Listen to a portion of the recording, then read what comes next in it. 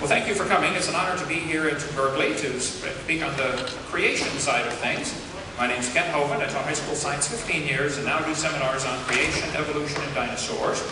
Paul contacted about 160 professors to see if they would debate. Nobody would. So I'm just going to speak for about an hour and then to open up for question and answer time. And if you have questions, please write them down. We'll be ready for it. And any questions are fair game if it's related to the creation topic, okay? Preferably on the topic of creation and evolution. Now, I am not against science, okay? I'm not against schools. I'm just simply against lies. And tonight I'm going to share with you some of the lies that are found in your textbooks that are used consistently to support the evolution theory. Okay, that's not my wife. It's just a picture of her. I have 3 kids, 1 of each. I have them all married off, and the dog died, so I made it. I'm home free. And 2.5 grandkids. I have 1 more coming up here in a few days. And we produce a lot of materials on creation and evolution. None of our material is copyrighted. We encourage people to get them and copy them and give them to your friends and get rid of them. I mean, for sake of time here. Here we go. The Bible tells us in the 10 Commandments pretty clearly, thou shalt not bear false witness. Don't lie. Okay? According to the Bible anyway, it's wrong to lie. According to the evolution theory, I can't think of anything that could possibly be wrong because I've often asked people, if evolution is true, how do you tell right from wrong? Make me a list of 10 things that are wrong, and before you make the list, tell me how you decide what goes on the list. Where is your standard to determine right from wrong, if evolution is true? Now, the Bible says very clearly, a false witness shall not be unpunished. He that speaketh lies shall not escape. The Bible talks about people who delight in lies. Psalm 62. These 6 things doth the Lord hate, yea, 7 are an abomination unto him, a lying tongue and false witness that speaketh lies. Okay. The Bible says Jesus told some folks, you're of your father the devil, and the lusts of your father you will do. He was a murderer from the beginning, and abode not in the truth, because there is no truth in him. When he speaketh a lie, he speaketh of his own, for he is a liar and the father of it. I am convinced, after studying this topic for many, many years, there's an awful lot of good science in these science books, but there are some lies mixed with them. I'm not against the science, I'm against the lies, and that's what I want to talk to you about tonight. Now, in my first 3 tapes of my seminar series, I tell how students are being lied to about the Big Bang. It didn't happen. They're being lied to about the age of the Earth. The Earth is not billions of years old. They're being lied to about the cavemen. There's never been a caveman, unless you mean Osama bin Laden. And they're being lied to about the dinosaurs. They did not live millions of years ago. Here, I typically spend 3 hours. I'm only going to spend 1 tonight, talking about some of the lies in the textbooks. 25 of them. There are probably 80 that need to be discussed. Disclaimer here, I'm not trying to get evolution out of the schools. I'm really not. I'm not trying to get creation into the schools. I just want the lies out of the books. That's all. I'm sick and tired of paying for lies. Now, my mother retired from teaching public school. She's been in heaven for 7 years now. My brother retires this year after 34 years of teaching public school. There are many good teachers in the system. Dan Woods was a high school principal for 11 years and a science teacher for 6 years. He and his wife are now on my staff at Dinosaur Adventureland in Pensacola, Florida. There are many good teachers in the system. I agree. Is there anybody here that thinks teachers or textbooks should be allowed to deliberately lie to students for any reason? Anybody think that'd be okay? All right. Wisconsin has a law that requires textbooks to be accurate. So does Alabama. Textbooks shall be adequate and current. Okay. Texas says instructional material shall be factual. Okay. Florida has a law that requires accuracy of instructional material. So does California. California textbooks shall be factually accurate and incorporate principles of instruction reflective of current and confirmed research. Minnesota says a teacher shall not deliberately suppress or distort subject matter. Those are all good laws. The problem is no states enforce them. Okay? 2 Peter warned us, knowing this verse, there shall come in the last days scoffers walking after their own lust. See, the reason people scoff at the Bible is not because of their science, it's because of their sin. Julian Huxley, Thomas Huxley's grandson, said, I suppose the reason we leapt at the origin of species was the idea of God interfered with our sexual mores. Ooh, well, at least he's honest. They just want freedom from God's authority over their life, and he admitted it, okay? Sir Arthur Keith, he wrote the foreword to Darwin's book when it was republished in 59. Keith said, evolution is unproved and unprovable. We believe it because the only alternative is special creation, and that is unthinkable. Well, Arthur, why would it be unthinkable to think there might be a creator? Well, Romans chapter 1 gives us the whole story. If you read the whole chapter, it's pretty interesting. It says, even as they did not like to retain God in their knowledge, God gave them over to a reprobate mind to do those things which are not convenient. Romans 1 is a very interesting chapter, by the way. Second Thessalonians tells us, for this cause God did send them a strong delusion that they should believe a lie. And if you believe you came from a rock 4.6 billion years ago, you have been deluded, okay? You have believed a strong delusion. You're welcome to believe that. You can believe anything you want. I don't care what you believe. But I'm just telling you, you're deluded if you think your grandpa was a rock.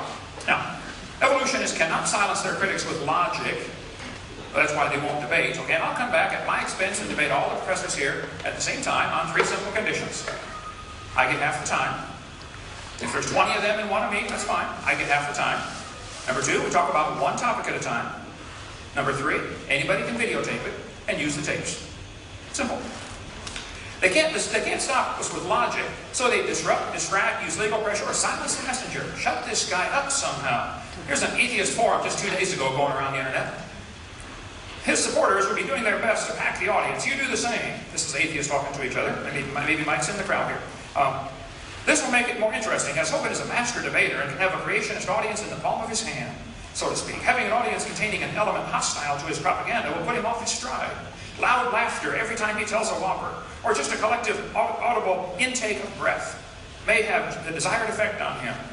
But a 50 caliber machine gun may not be quite the thing for this job. You want to leave the audience members intact if possible. Otherwise, you're going to create a lot of bad feeling on every side. Why spray all those bullets around? David said. Responding to the previous, why? They're all creationists anyway. I'm still going with the artillery shell, Lenny Flank said.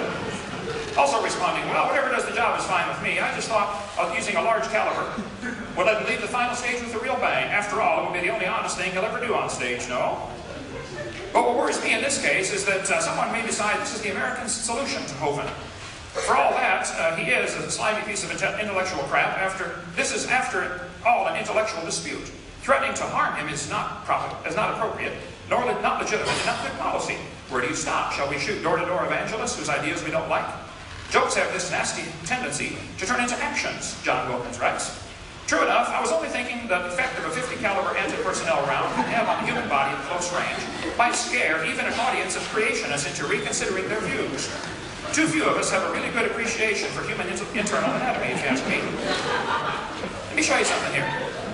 This is the same exact mentality the Catholic Church had toward people who disagreed with them just a few hundred years ago when they tortured people and tried to scare everybody else into accepting the Church's dogma. There are people who really honestly want to scare people into accepting the evolution dogma because they don't have any evidence to support it, okay? Now, the Bible tells us the scoffers are going to say, where is the promise of his coming? Since the fathers fell asleep, all things continue as they were from the beginning of the creation. For this they willingly are ignorant of. The scoffers are willingly ignorant. In the Greek, that means done on purpose. They're willingly ignorant of 2 things. Number 1, that by the word of God, the heavens were of old. They don't want to believe God created this place because then that means he owns it. That means there might be some rules. You know, like thou shalt not. They don't want those rules. They don't want anybody telling them what to do. They're ignorant of how God made the heavens and the earth. Also, the Bible says, whereby the world that then was, being overflowed with water, perished. They don't want you to admit there was a flood, because that flood indicates God has the authority to judge his creation. Now, I want to share with you some of the lies in the textbooks, and tell you what I think ought to be done about it, and then we're going to take time for questions and answers. One of the biggest lies in the textbook started back in 1830, when they developed the geologic column. And they started telling everybody, each of the layers of rock that you see is a different age. The Cenozoic, Mesozoic, Paleozoic, Archeozoic, all this was invented out of the clear blue sky. Most of the names come from England, Devonian, from Devonshire, and Cretaceous from Cretia for chalk. The chalk layers over there in England. The geologic column doesn't exist any place on Earth except the textbooks. Now, Charles Darwin didn't like the round numbers. He said that the Weldian deposits in England were 306,662,400 years old. How he knows that is anybody's guess. But all over the world, these petrified trees like this one are found standing up, connecting different rock layers. Here we've been teaching the kids for years these layers are different ages, and yet thousands of these petrified trees have been found in the vertical position. Now, I taught earth science for a long time. I'm telling you folks, it's just not common sense to say the layers are different ages if you have a petrified tree standing up, connecting them all. Let me get my hyperlink to work here. Oh, there it is. There are thousands of these. We have a brochure you can get for $2. It contains 30 color pictures of petrified trees standing up, running through many layers of strata. So if somebody tells you the layers are different ages, I say, I'm sorry, I simply disagree. The way science is supposed to work, you get a theory, and then somebody says, hey, here's my evidence for the theory or against the theory. All right? There is ample evidence against the theory that the layers are different ages. This has been known for centuries, that petrified trees exist in the vertical position, connecting layers that are supposedly millions of years different in age. So, I disagree when somebody says the Earth and the layers are different ages. Now, this is, though, what all of the evolution theory is based on. This geologic column simply does not exist. It's one of the lies in the textbooks. Now, 80 to 85% of Earth's surface does not even have 3 geologic periods appearing in correct consecutive order. It becomes an overall exercise of gargantuan special pleading and imagination for the evolutionary uniformitarian paradigm to maintain there ever were geologic periods. The whole thing is baloney. Even though this geologic column does not exist, that's what changed people's worldview back in the early 1800s. People began to doubt the creation view of history, because that's what was commonly taught in the early 1800s, and they began to believe the Earth is millions of years old. This teaching of the geologic column especially affected a young theology major who just graduated from Bible college to be a preacher. His name was Charles Darwin. Darwin graduated from Bible college to be a pastor at the church in the Church of England. He sailed around on board the Beagle for 5 years, and he collected bugs. While he was sailing around, he brought some books with him to read. He brought Charles Lyell's book that talked about the geologic column, and that's the book that destroyed his faith. It changed his life forever. Darwin later wrote to his friend and said, disbelief crept over me on a very slow rate, but at last complete, I felt no distress. He slowly lost his faith in the Bible. As Darwin sailed around the world, he came to these islands called the Galapagos Islands. There he noticed there were 14 varieties of finches. He shot many, many birds. Darwin shot an awful lot of birds. He didn't like birds because he liked worms. He thought it was kind of mean for the bird to eat the worm. So he shot a lot of birds and stuffed them and collected them. Had a huge collection of stuffed birds. And the ultimate environmentalist of his day. Darwin looked at all these birds and said, you know what, I think these 14 varieties of finches had a common ancestor. I bet you're right, Charlie. It was a bird. Well, the Grants went over there and studied it for 20 years. And they found out during wet years and dry years, the beaks get thicker during dry years and thinner during wet years.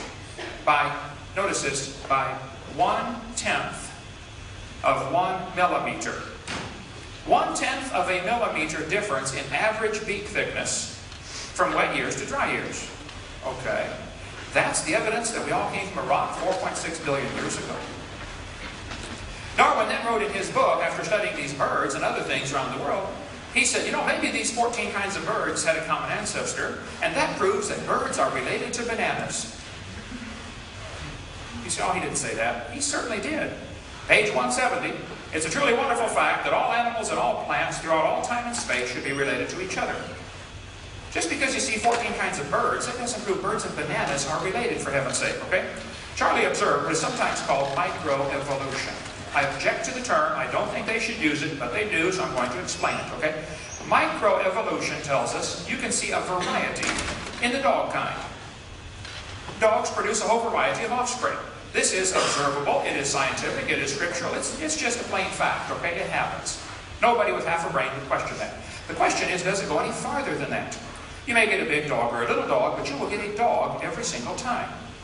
And it could very well be that the dog, the wolf, and the coyote had a common ancestor. Nobody would argue with that, even though they're 3 totally separate species. I have 5-year-olds do this all the time in the audience. I say, okay, kid, here's a dog, a wolf, a coyote, and a banana. Which one is not like the others? Just about without exception, they can figure it out. Okay, it's the banana. National Geographic says, the evolution of dogs, yes, wolf to wolf. Nobody is arguing with that, but that's not really evolution. The Bible says they're going to bring forth after their kind. So the question is, can they bring forth? And the dog and the wolf can mate and bring forth. They're the same kind. The dog and a banana cannot. They are not the same kind, okay? This word evolution has 6 meanings, and if you're going to discuss evolution, it's extremely important you define what you're talking about. The first meaning of the word is cosmic evolution, the origin of time, space, matter. Before you can have a coherent theory of evolution, you have to have something that explains where did time, space, and matter come from. They all exist. They seem to be a continuum. You can't have one without the other. If you had matter but no space, where would you put it? If you had matter and space but no time, when would you put it? You have to have time, space, matter simultaneously. The Bible explains that in 10 words. In the beginning, there's time. God created the heaven, there's space, and the earth, matter. 10 words. I have to just simply take by faith, God did this. The evolutionist believes they just happened. They have the exact same problem the creationists have. See, that's why I say both creation and evolution are religious. You have to believe in this one. Secondly, we have what's called chemical evolution. I've never had an evolutionist discuss this one, or even address the topic.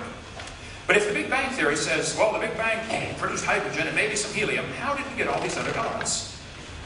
You want me to believe that uranium evolved from hydrogen? That's, oh yeah, it happens in fusion in stars. You can't fuse past iron. And even if you could, you still got a serious chicken and an egg problem. Which came first?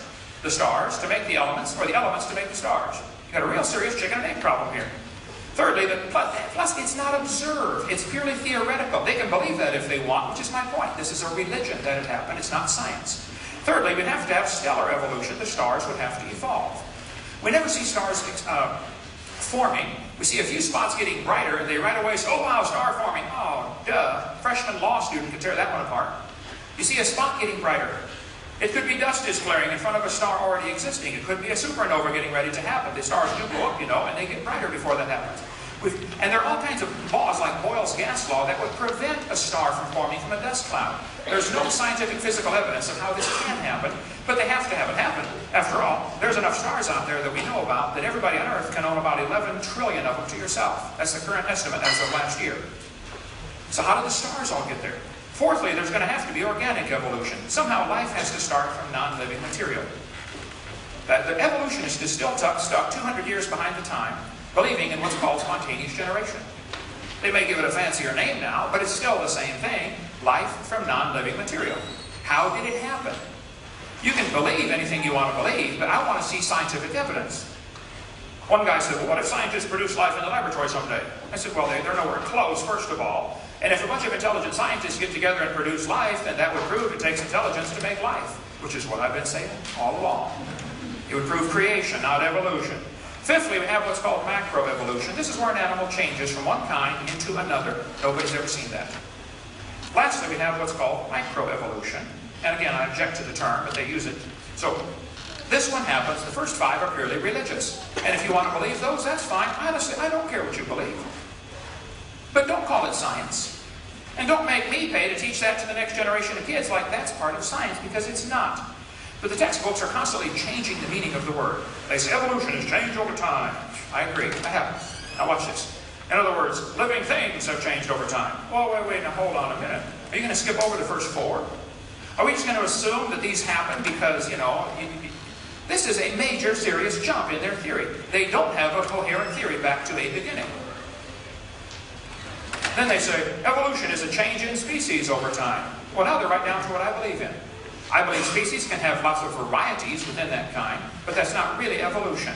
That's a lie. They're wanting you to believe all 6 parts to that theory by only giving you evidence for number 6. People say, well, couldn't macroevolution just be micro over longer periods of time? No. The central question of the Chicago Conference was whether the mechanisms underlying microevolution can be extrapolated to explain the phenomenon of macroevolution. The answer can be given as a clear no. It's not going to happen, okay? Variations certainly happen, but they're limited. Farmers have been trying to get bigger pigs for a long time, but they'll never get a pig as big as Texas. There's a limit in there someplace, okay? Roaches become resistant to pesticides, but they will never become resistant to a sledgehammer. There's a limit, okay? People say, don't bacteria become resistant to drugs? Well, just hold on a minute. Dr. Spetner points out this based on a misunderstanding.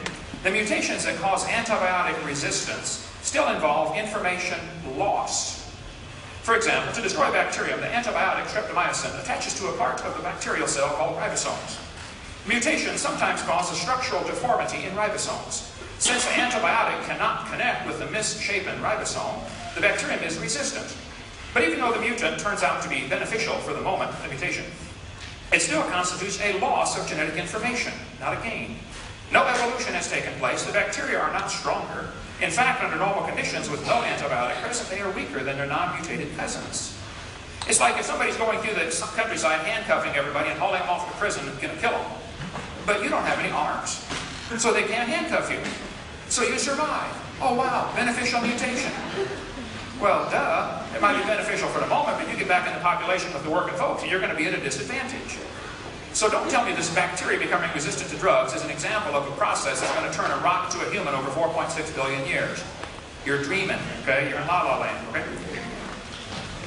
Mutations always produce the same kind of plant or animal. That's not real evolution. The information for the variety has to already be in the gene pool. No new information is ever added. The gene pool of the new variety, like the Chihuahua, is actually more limited than before. What they've done with dogs, they select a certain slice of the gene pool to survive. You know, big dogs or little dogs. That's not evolution.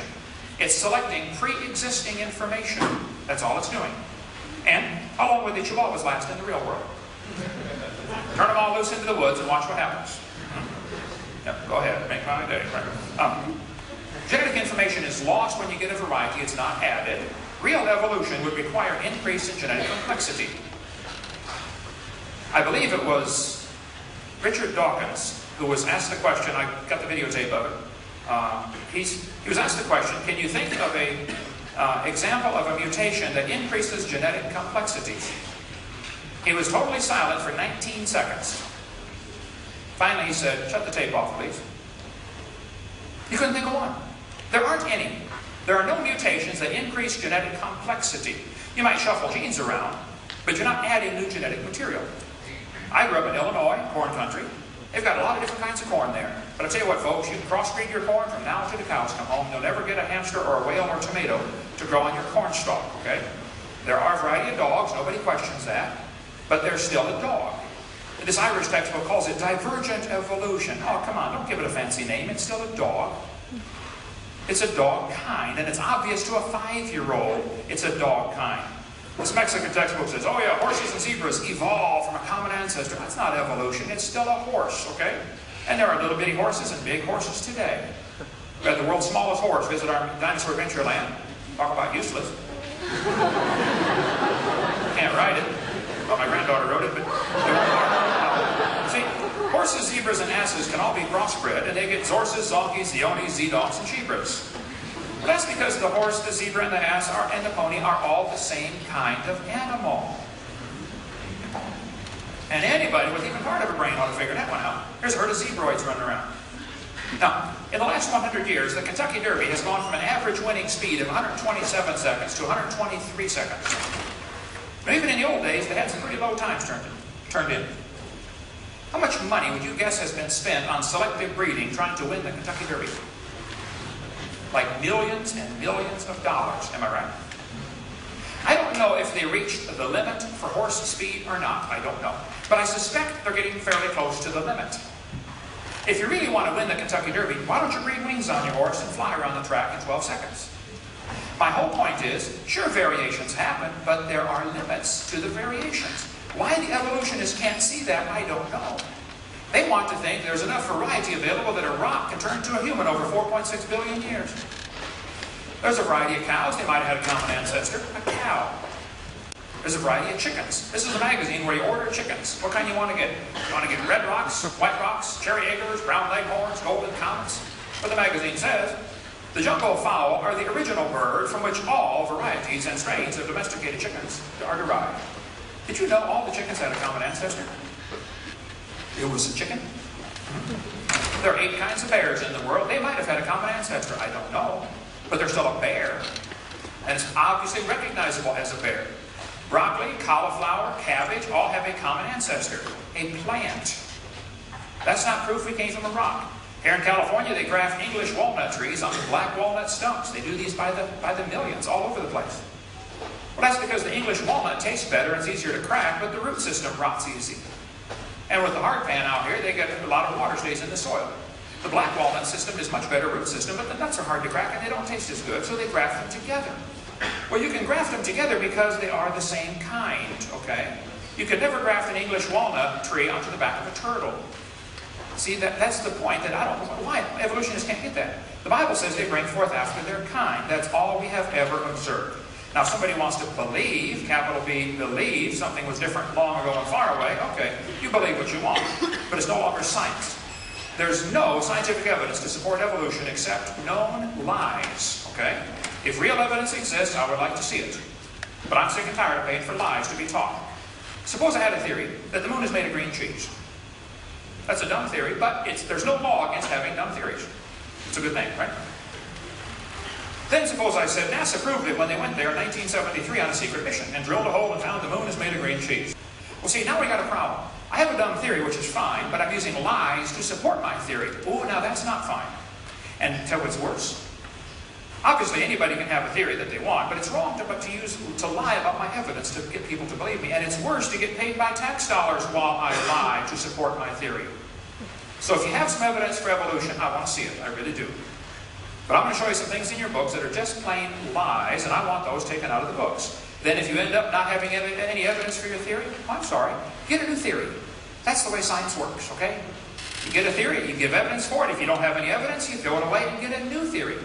It would work that way, and it does work that way in everything except when it comes to evolution. They don't want to throw that theory out because that's the only way they can get rid of God. They say, we've got evidence from fossils. This is silly. Anybody with half a brain can tell you absolutely no fossils could possibly count as evidence for evolution. No fossils count. In a court of law, they'd laugh at you. You bring some bones in. Hey, Your Honor, these ancestors are these bones are the ancestors of everybody today. Well, duh. You don't know those bones are the ancestors of anybody. You can't prove those bones had any kids. And you sure can't prove they had different kids. Now, if you want to believe those are the ancestors of somebody, okay, now you're off to religion, not science. And you ought to keep your religion at home. Don't bring it in school at taxpayer expense. Evolution is dead. Some followers have a hard time letting it go, and they're actually willing to lie to you to make you think everything's fine. Oh yeah, he never looked better. Pulse and heart rate look good. No, he looks fine, folks. No, it's a dead theory, okay? There's no evidence for it. Okay, textbooks say, well, the fruit fly's evidence for evolution. They put those flies in the laboratory and nuked them and microwaved them and x-rayed them and did all kinds of mean things to the flies, and they got some really weird mutations. They got flies with curled wings. They fly around, couldn't go anywhere. Flies with no wings. It's not a fly, it's a crawl. They said, boys and girls, fruit flies refuse to become anything but fruit flies, under any circumstances yet devised. Good observation. So, all mutations observed produce flies that were inferior to the original fly. Good observation. But the conclusion they come to then is, fruit flies must have evolved as far as they can go. Well, duh. There's another conclusion, you know. Maybe fruit flies are doing fine till you guys got a hold of them in your laboratory. Maybe God made them right to begin with. Is that even something you could consider as an option? This guy said, flies in the north have wings 4% larger than flies in the south, and that proves evolution. Darwin is as fit as ever. An adaptation at breathtaking speed. Wow, wings 4% larger. That's the evidence? Are they desperate or dumb or blind, or what's the problem here? Then they tell the kids, we're going to learn to think critically. Boys and girls, do you think humans are still evolving? What kind of question is that? That's one of those questions like, have you stopped beating your wife yet? Wow. Now let me think. If I say yes, I'm admitting I did. If I say no, I'm still doing it. Hey, did you know it is possible for the question to already have a built-in assumption? The question already has an assumption built in. That's not a fair question. And it's certainly not a question to learn to think critically. That's a Soviet-style indoctrination type question. I would answer this and say, teacher, this question is poorly written. It assumes evolution has happened when it has not. It's like asking the question, why are elephants orange? Well, that's a tough question. Why are they orange anyway? They're not orange. And when they say, do you think humans are still evolving? In other words, you have to believe in evolution to even answer the question. So some kid's going to do this for homework tonight and get it counted wrong next time they meet for class because he doesn't believe evolution even happened. Then they say, how might the dinosaurs' body heat problems have led to their extinction? They got two assumptions in that one. How do you know they had body heat problems, and how do you know they're extinct? You can't prove the extinction of anything.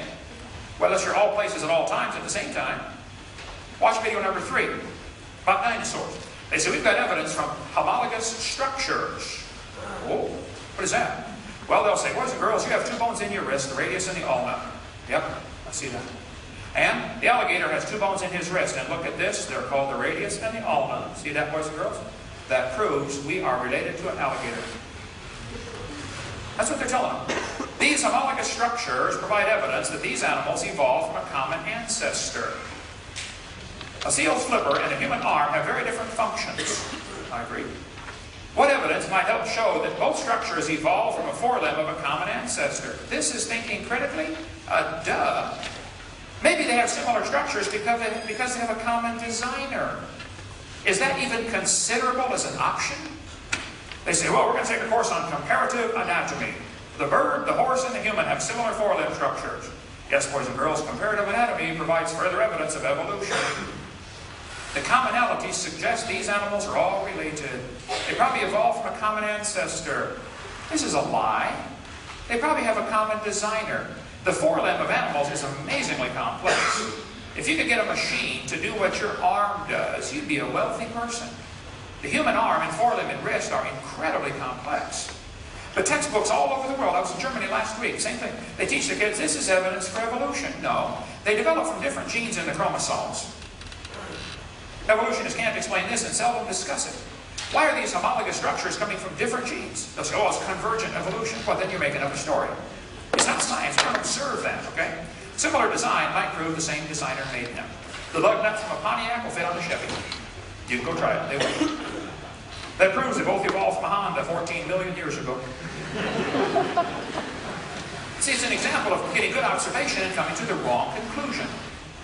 It's true many animals have a similar forelimb structure. I agree. They'll say this, they must have had a common ancestor. Oh, now I disagree. It doesn't prove that at all. This helps prove we all came from a rock. Oh, now you're really going off your rocker on that one. Yes, we've got evidence from development. Yes, boys and girls, the similarity between early stages in development of many different animals helped convince Darwin that all forms of life shared common ancestors. Darwin considered this by far the strongest single class of facts in favor of his theory.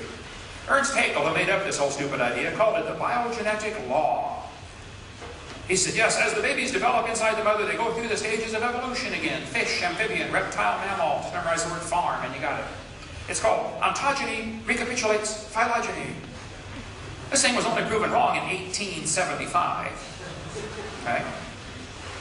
The evolutionary idea the sick mind Freud relied on most heavily in the manuscript is the maxim that ontogeny recapitulates phylogeny.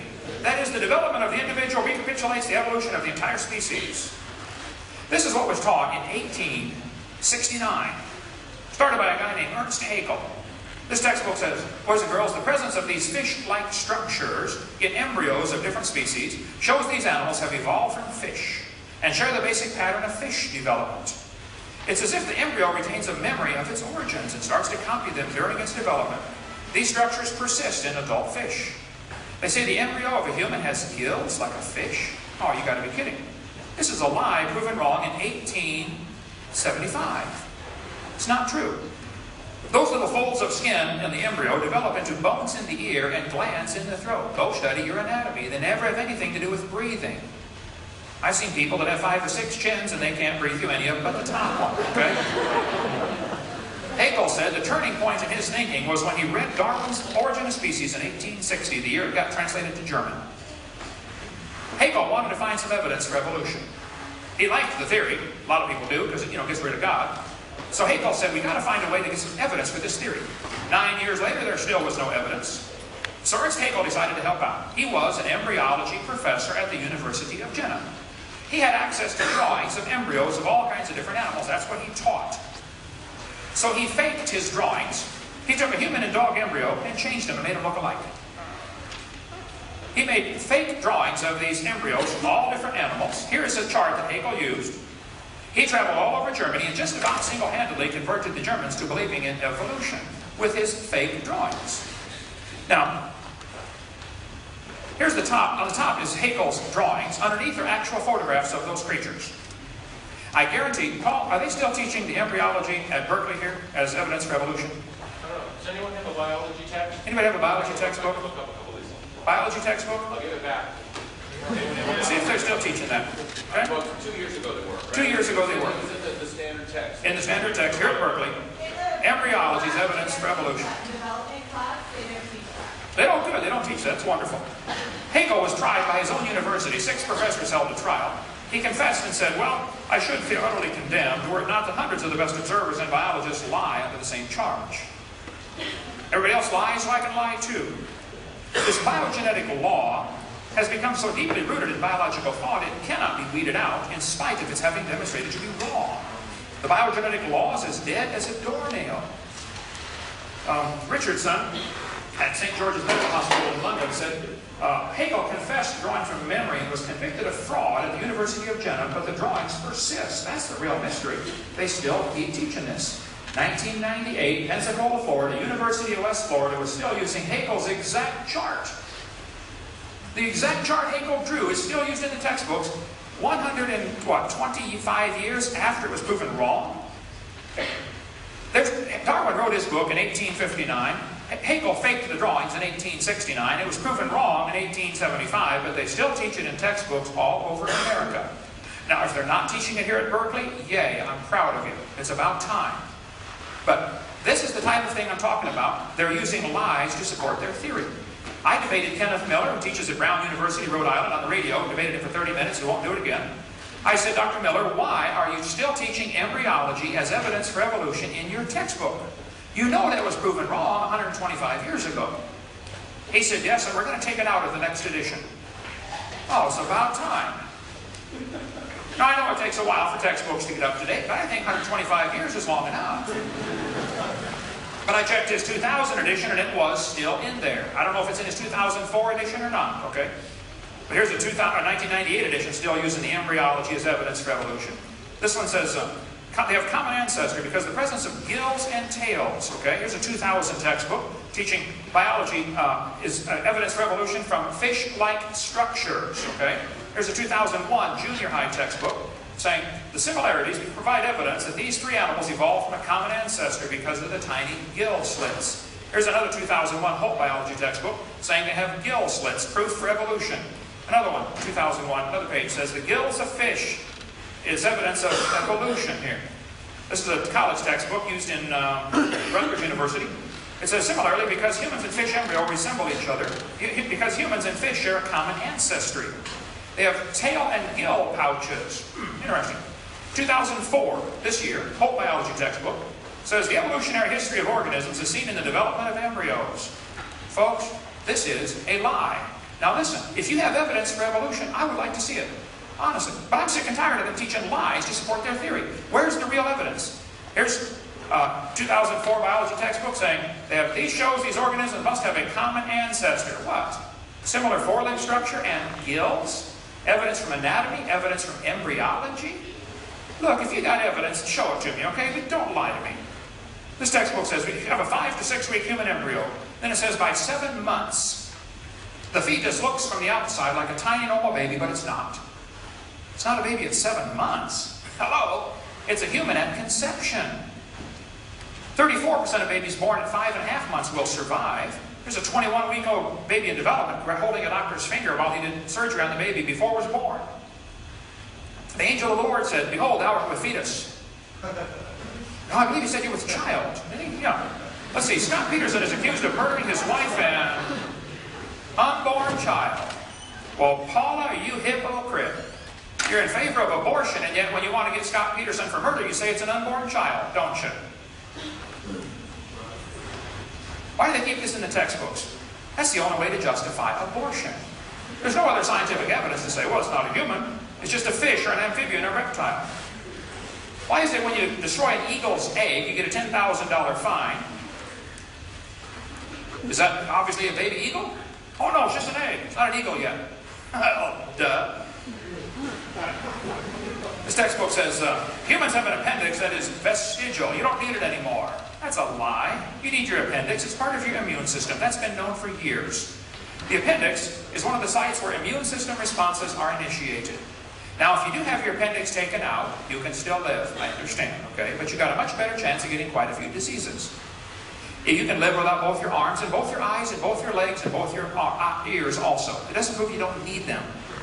The arguments for saying, well, you don't need it, therefore it's proof for evolution, that's a stupid argument. Now, come on. Okay? That's losing something, not gaining something. This textbook says, the whale has a vestigial pelvis. Many organisms retain traces of their evolutionary history. For example, the whale retains pelvic and leg bones as useless vestiges. The National Center for Science Education, right here in Berkeley, California. Dr. Jeannie Scott is the president now. Well, she came tonight. She was invited. I want to take him to lunch today. Honestly, I'm a nice guy. We had lunch, it was a good time. Okay, yeah. Andrew Carnegie left a bunch of money behind to start this organization to purposely to keep evolution in the schools and keep creationism out. Here's the homepage of the National Center for Science Education. Skip's right back there. He works there. He can verify this.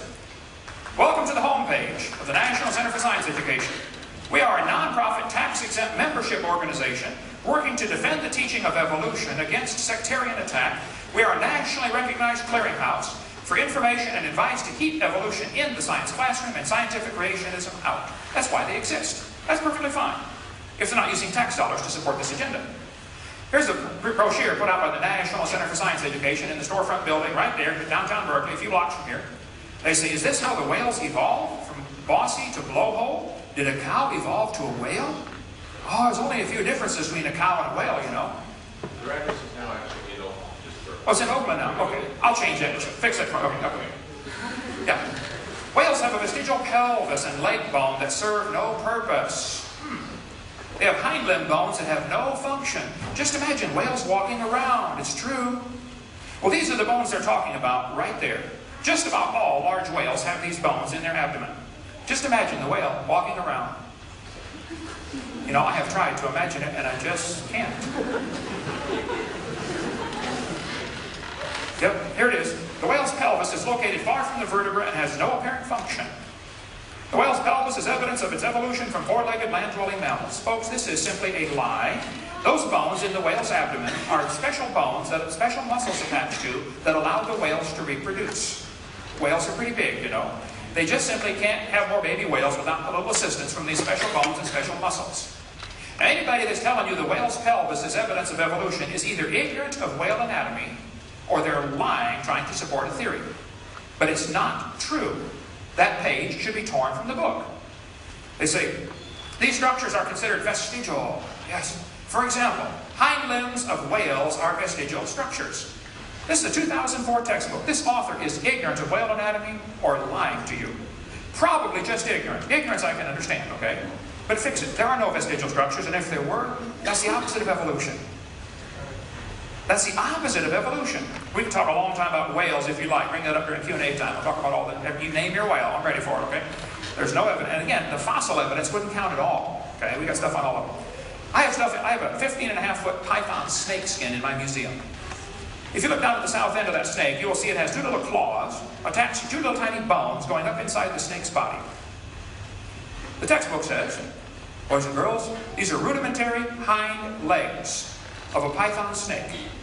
Reduced hind legs. There we go. This is simply a lie, okay? Those little claws are used in mating. The snake doesn't have any udders, okay? And he can't talk and say, scoot over, honey. This has nothing whatsoever to do with evolution. This again, somebody's ignorant of snake anatomy or they're lying to you, trying to get you to believe a theory. Now, if you've got evidence for evolution, show me. But quit lying about this stuff, okay? This one says, humans have a tailbone that is of no apparent use.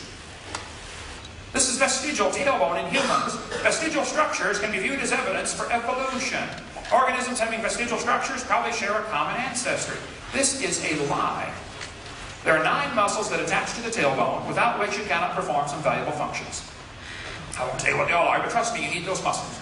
And I've told people for years, if you think the tailbone is vestigial, I will pay to have yours removed. Okay? Bend over. They say, well, this baby's born with the tail. Look at that right there. That's not a tail, okay? There's no bone, no cartilage. It's not even lined up with the spine. It's a growth in the skin. It's simply fatty tissue. It's not a tail. Don't tell anybody it is, okay? This guy says the coccyx is a small bone at the end of the human vertebral column. It has no present function. And it's thought to be the remainder bones that once occupied the tail of a long tail of a tree-living ancestor. This is simply a lie, folks. A tail would be very handy to have, right? Now, if there's evidence for evolution, I honestly would like to see it. I've been offering $250,000 for evidence for evolution. Now, people will pick on the creation theory and say, well, how can you get those animals on the ark and blah, blah, blah. You can pick all you want. But listen, I'm not asking for the creation theory to be taught at taxpayers' expense. They are asking for their religion to be taught at taxpayers' expense. So the burden of proof is on the evolutionist, not on the creationist. We don't have to prove our theory. If all the taxpayers start paying for it, then we'll have to prove our theory. Meanwhile, burden of proof's on you. So I'll take any questions. If you think there's some evidence for evolution, I would like to see it. We're going to have a short break here, give you a chance to go potty, get a drink. But if you have some evidence, honestly, I would like to see it. Okay? But this will it almost always degenerates into an ad hominem attack on me. I'm not the issue, okay? Where's the evidence for evolution? Because that's the theory being taught at taxpayer expense, okay? Thank you. My name is Josiah. I'm an astrophysics student. My question is, can you give a scientific definition of a kind? Not examples of what different kinds are, but as definition that can be applied universally. Well, the Bible says if they can bring forth, they're the same kind. I don't know that I can define exactly where the kind border is in every place, but keep in mind, the question is a little off topic because the creationists are not asking for their view to be taught. The evolutionists are asking for their view to be taught. And I think it's obvious to anybody involved in any genetic experiment or anybody breeding cows or corn, there are limits to the variations, which is what I brought out. So I don't think the burden of proof is on the creationists to necessarily prove what a kind is. However, with keeping that in perspective, the burden of proof is on the evolutionist. Now, I think that since the Bible says if they can bring forth, that is, reproduce, they're the same kind. It could be that animals have diversified, like Alaska rabbits and Florida rabbits can no longer interbreed. Okay, but they're still obviously the same kind. They could originally interbreed. So I will say the definition of a kind is those that in the original creation, 6,000 years ago, were able to cross, to mate and bring forth. Rabbits can mate and bring forth, but they can't mate and bring forth with a dog or an elephant or a whale or a banana. I think in 99.9% of the cases, it would be obvious to a 5-year-old which animals are the same kind. There may be a few tough cases, understand, and that's a good place for biology to do research. But the fact that there are a few places the creationists may not be able to define does not prove we all came from a rock 4.6 billion years ago, to keep it in perspective. So I guess the best answer I can give is the Bible says if they can bring forth, they're the same kind, if they originally were able to bring forth, okay? Go ahead. Yes, sir. Hi, my name is Stephen Guest, and I'm an economics and history major. And I was interested in your response to this. Your main approach seems to be from a public policy perspective, insofar as you believe that evolution is given an unfair advantage in public schools and creationism is not. Oh, no. Let me take one part of this question at a time, so it doesn't get too convoluted. As far as public policy, I'm just simply saying it ought to be not only public policy, but common sense. We shouldn't lie to kids for any reason. So, no, it's not a matter of I think creationism is not giving a fair response. I think I think lies are being taught to support the evolution theory. So don't misconstrue my position. Okay? I accept that. Okay. Given that, I would also like to say that science, as I was taught in school, tends to believe in theories. And insofar as I can explain that, I'd like to say this. Newtonian physics was believed by Sir Isaac Newton to be the explanation of the motion of bodies. At a later point, Einstein found that the theory of relativity better explained and explained why Newton was true. So science, you could say, has a series of theories which we teach a certain paradigm to students. And at a time when a theory becomes disproven, we therefore explain, okay, why were elements of the previous theory correct? Now, I don't see why the theory of evolution being taught in schools is wrong, because if there was a possibility that the scientific method, for example, proves the theory of evolution wrong, why would we not simply displace the theory of evolution just as Newtonian physics was? Right, so let's take one part of the question at a time, because it'll get too convoluted, okay? I did not say that evolution should not be taught. I said lies should not be taught.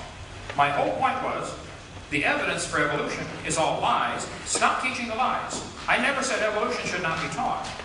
So you're building what's called a false dichotomy here. It's not the choice there, okay? But how is it a lie?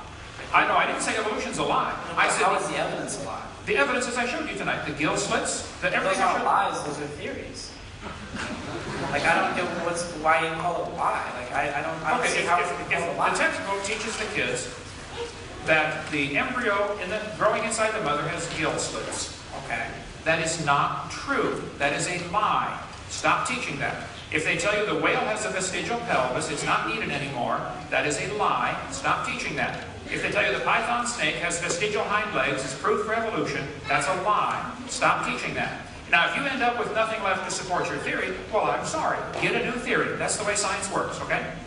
Okay, but I What- consider what lie happens- an ad hominem attack, which you were saying that you don't approve of. No, I didn't Because say... lie implies intent.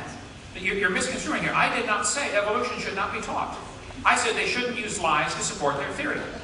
How many heard me say Making that? a value judgment about what a lie is. Making that value judgment puts you in a position of construing their intent. And by doing that, you're making that hominem attack. Just logic. I said 5 or 6 times tonight, either this author is lying or he's ignorant about the truth on this. He's ignorant about whale anatomy. How many heard me say that? Okay? He's either ignorant or lying. Either way, it's not true. It ought to be taken out of the book. Your opinion is not true. My opinion's not true.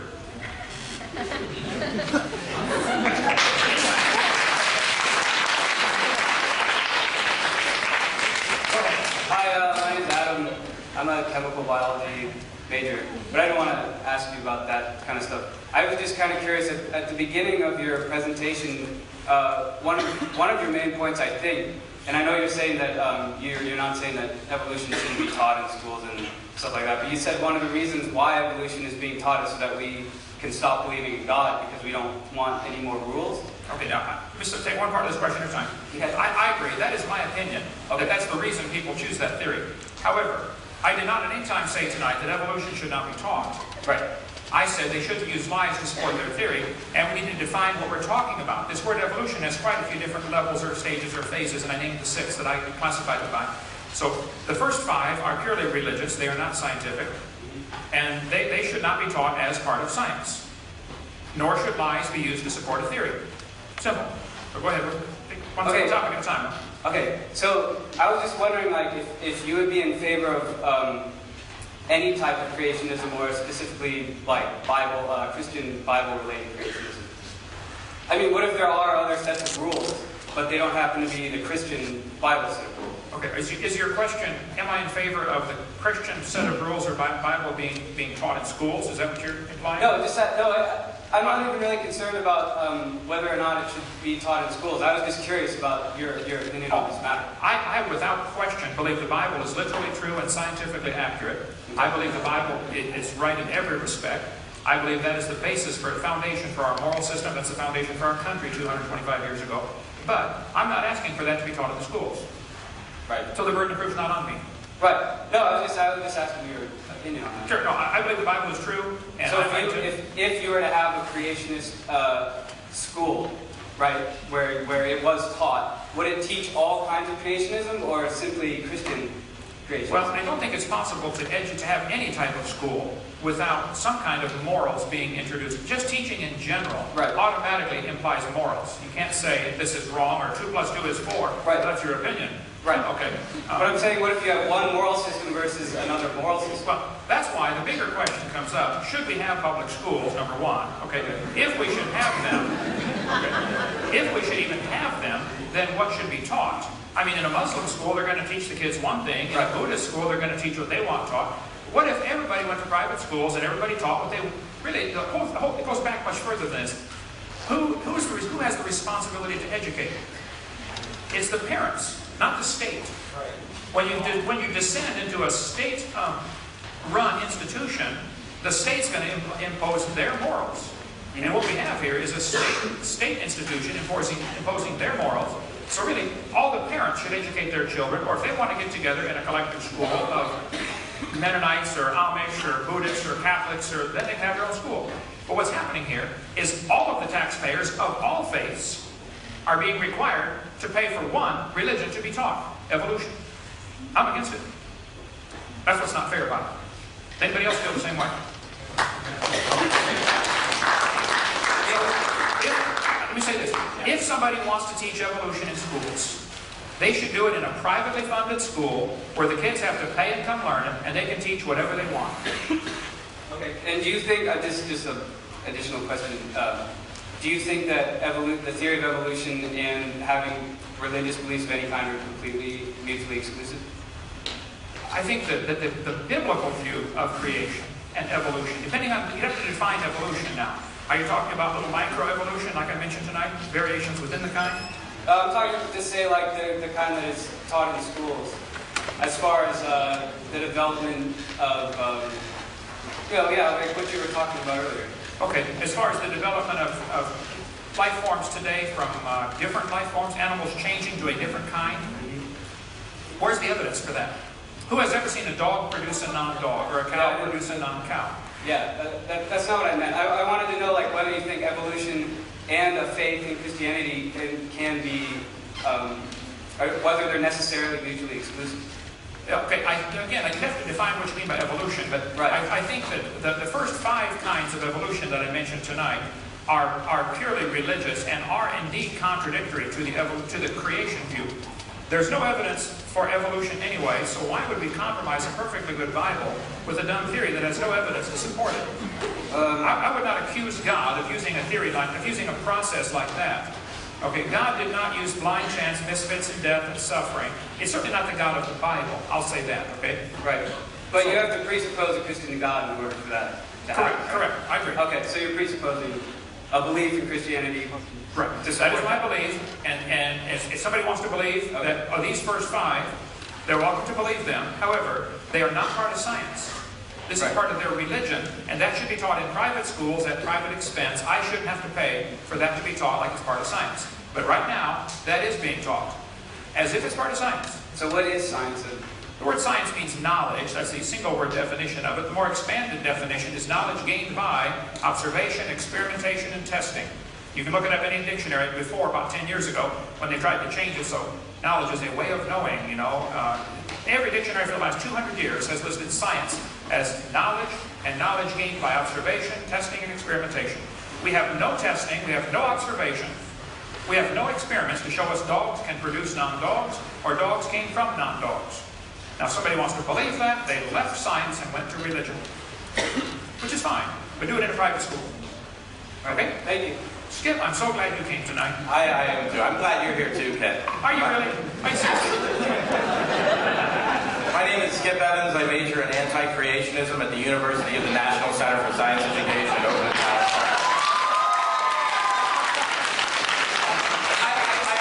I honestly am glad that you came, Ken. And what I'm actually really happy about is to see so many science majors in the audience, because you need to hear his message. You need to know what this man is talking about. Because when you go off and become university professors, you're going to call us up and say, some kid brought this book in written by a guy named Ken Hovind. What is this stuff? You're getting the lesson here tonight. So I really am. I think you should speak at a lot more universities and a lot less churches. Okay. Now, that being said, here's my question. What I have here is a little comic book I'm very familiar with called Big Daddy. Yes, sir. Distributed here tonight. I understand that you helped rewrite it. I did. Jack Chick wrote that originally. He called me and said, would you update this? It's 20 years old. Yes. And what I'm looking at here is a diagram, a very misrepresentative one, but let's ignore that for the time being, of human evolution. And under Lucy, which was an Australopithecine, I believe Afarensis, I think so? Afarensis. Very good. And there's this thing. I got it on my shirt, I cheated. You got to look down and see it. There's a statement here with a little asterisk that says, for details, watch part 2 of the Creation Seminar series video by Dr. Ken Hovind. The caption underneath Lucy says, nearly all experts agree Lucy was just a 3-foot-tall chimpanzee. Could you give us the names of the list of those experts who think Lucy was a chimpanzee? And I mean real experts. I don't mean John Woodmore, who's, obviously a creationist. I don't mean Henry Morris. Hold on a minute now. Who are the experts that think Lucy's a chimpanzee? Did I just hear you say or imply strongly that if you believe in creation, you're no longer capable of being an expert? Is that what you implied? Who are the people who actually studied Lucy, the paleontologists, who concluded that she was a chimpanzee? Okay, let's see. Let me tell you a little bit about Lucy here. Donald Johanson, Australopithecus afarensis, listed as evidence for evolution. You're avoiding the question. Who are the experts that say Lucy is a chimpanzee? No, I'm answering your question, okay? I want to give you the history behind Lucy. I don't want the history. I want you to answer this question. Who are the experts, Ken? Or are you willing to say, okay, maybe we were wrong on this one and we need to go back and correct our little comic book? Let me finish the question, okay? I'll answer it. Now, if you want to preach to a crowd, Skip, you got to get your own crowd. See, atheists can't get a crowd like this together, okay?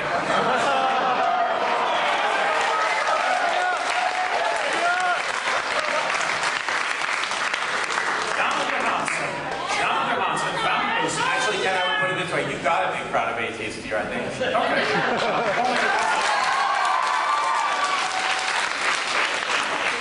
Donald Johanson was sent to Africa specifically to find evidence for evolution. He found Lucy 2 weeks before his grant money ran out. It's a well-published fact. You're wrong. You're wrong right there. You're misrepresented. He didn't go to find evidence for evolution. He went to find evidence for hominids. The National Geographic labeled it Lucy's knee 5 times. It was not Lucy's knee. It's found 1.5 miles away. You're wrong again. You're distorting the facts. That's not true. When Donald Johanson answered that question, he misunderstood what the question was. Somebody asked him, where did you find the knee? He found 2 knees. A complete knee was found with Lucy. He also found a second one 1.5 miles away. Right. When he answered the question, he thought it was about the second knee, and that's why he said it. This is so documented. It's all over the web. Skip, Keep repeating the same stuff over and over again. You totally missed what I said. I said National Geographic labeled that as Lucy's knee, and it's not Lucy's knee. Okay, so, no, it wasn't. Thank you, sir. Now, let me finish answering your question. What did John Johanson say? Did he find Lucy's knee? Did he find the knee with Lucy? Yes, he may have, okay? If you find a bunch of bones in a pile in the dirt, you can't prove any of them came from the same mountain. Will you answer the question? I am. Okay. Let's see. I don't want Marvin Lubenow. No. An orangutan foot and a human foot are very different. Answer the question, Ken. Okay. Charles Oxnard studied Lucy with a computer multivariate analysis. He measured every bone, the length, the width, the height, the density, the circumference, did a comparison, and he said, the various Australopithecines are indeed more different from both African apes and humans in most features than the latter are from each other. He said it's not a missing link. And his study has been rejected by all of the paleontologists who are qualified to answer it, have rejected his study. Now, I've got one guy. Who are the others? One thing at a time. Nearly all experts. Who are the rest of them? One thing at a time. Which is why I'm glad to do a debate, but I want one topic at a time. Okay. You said, I'll answer the question.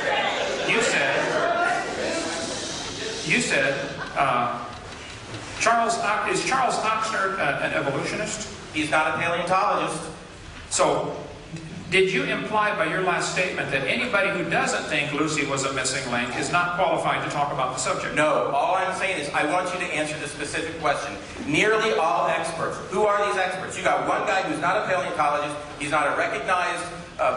He's not even recognized in the field. Who are these other experts, Ken? Will you go ahead and correct us? Is it possible for a person to be an expert in paleontology and not believe Lucy was a missing link? I don't want to take up any more time, but I don't want anyone to miss it, that it was a basic, simple question on a claim that he published that he has no answer for. Okay, I have an answer.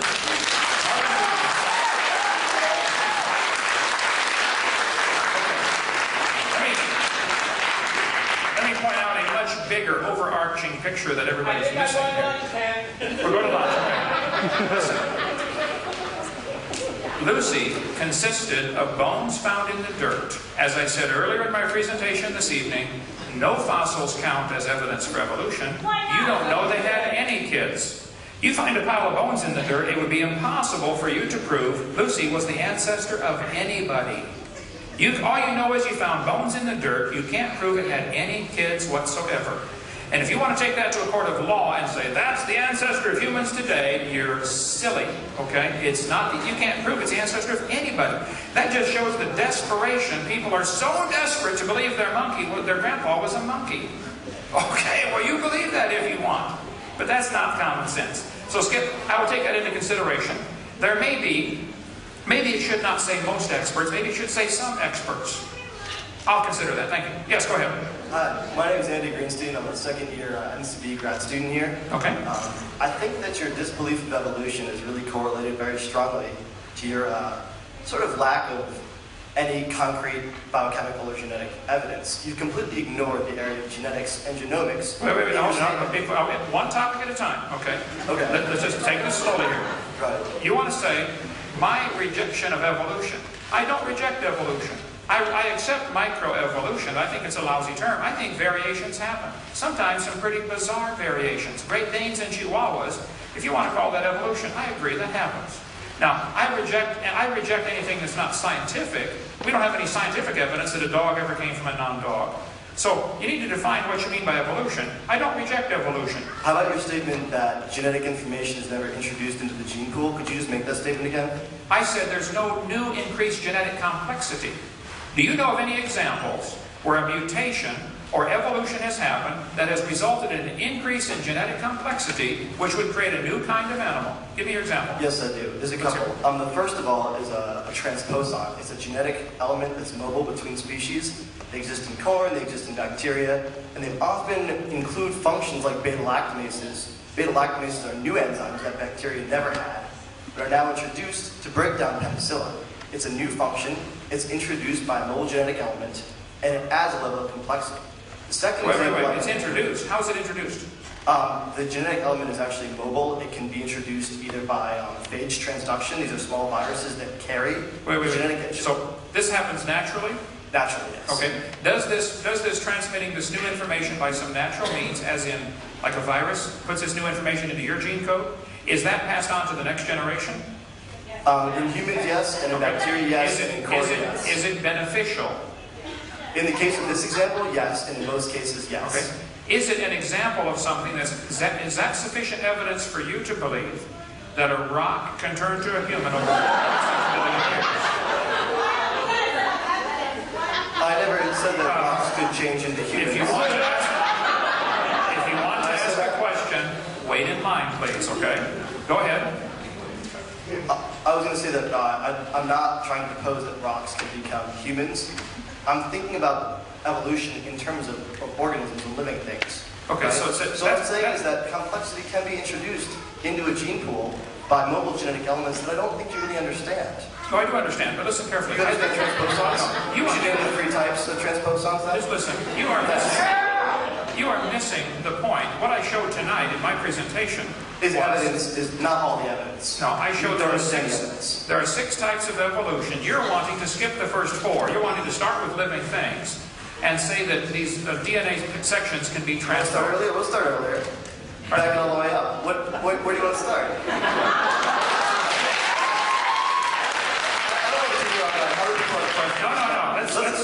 Let's finish this issue really quickly. Let's finish this one issue really quickly. I want to let you know that transposable elements carry new complexity to species.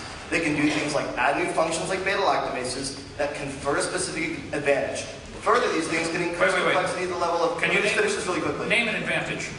Beta-lactamases are an advantage because they break down penicillins, and they make these bacteria resistant to penicillins not only created by you and I in the lab, but by other penicillin-producing bacteria. Okay, did you see what I mentioned tonight about bacteria becoming resistant to drugs, especially penicillin? Right, and it was incorrect. You said they never gain complexity or gain information. I'm saying they do. Okay, you're missing such a big picture here. Okay, where did this genetic information come from? Oh yes, you are. Okay, you're talking about taking already complex, incredibly complex genetic information and moving it. This does not at all help. How did the complexity get there? This is like taking a section of a program out of PowerPoint and it's somehow getting transposed into Microsoft Word. Okay, but they're both already complex programs. The DNA segments you're talking about moving around are incredibly complex. Complex to you. I mean, basically, how chemically complex is DNA really? And how difficult is it to make DNA from simple elements like carbon dioxide, ammonia, add a little lightning, add a little salt, add a little light energy? How long would it take? They done it in the lab, not long. You're telling me, now I want you to repeat that slowly. You're telling me that you take, DNA can be made very easily, you add a little something together, add a little salt. This was an experiment that was done a long time ago where they simulated. Yeah, I know it was done a long time ago. Miller and Urey experiment, okay? And it's been done many times since then. Let me show you what happened. Is this the experiment you're talking about? Let's see. Right here. Let's see, I'll get it. Okay. Yeah, okay. Right here. My mom did that. You're telling me you take a few gases and you run them through an electric spark and you're going to get the element. You think it's simple to make a DNA. That was your statement, I believe. I'm saying it's not that complex a molecule in the grand scheme of molecules we've seen to exist in the universe. The DNA is not that complex of a molecule in the grand scheme of things. Is that what you said? Yes. Okay.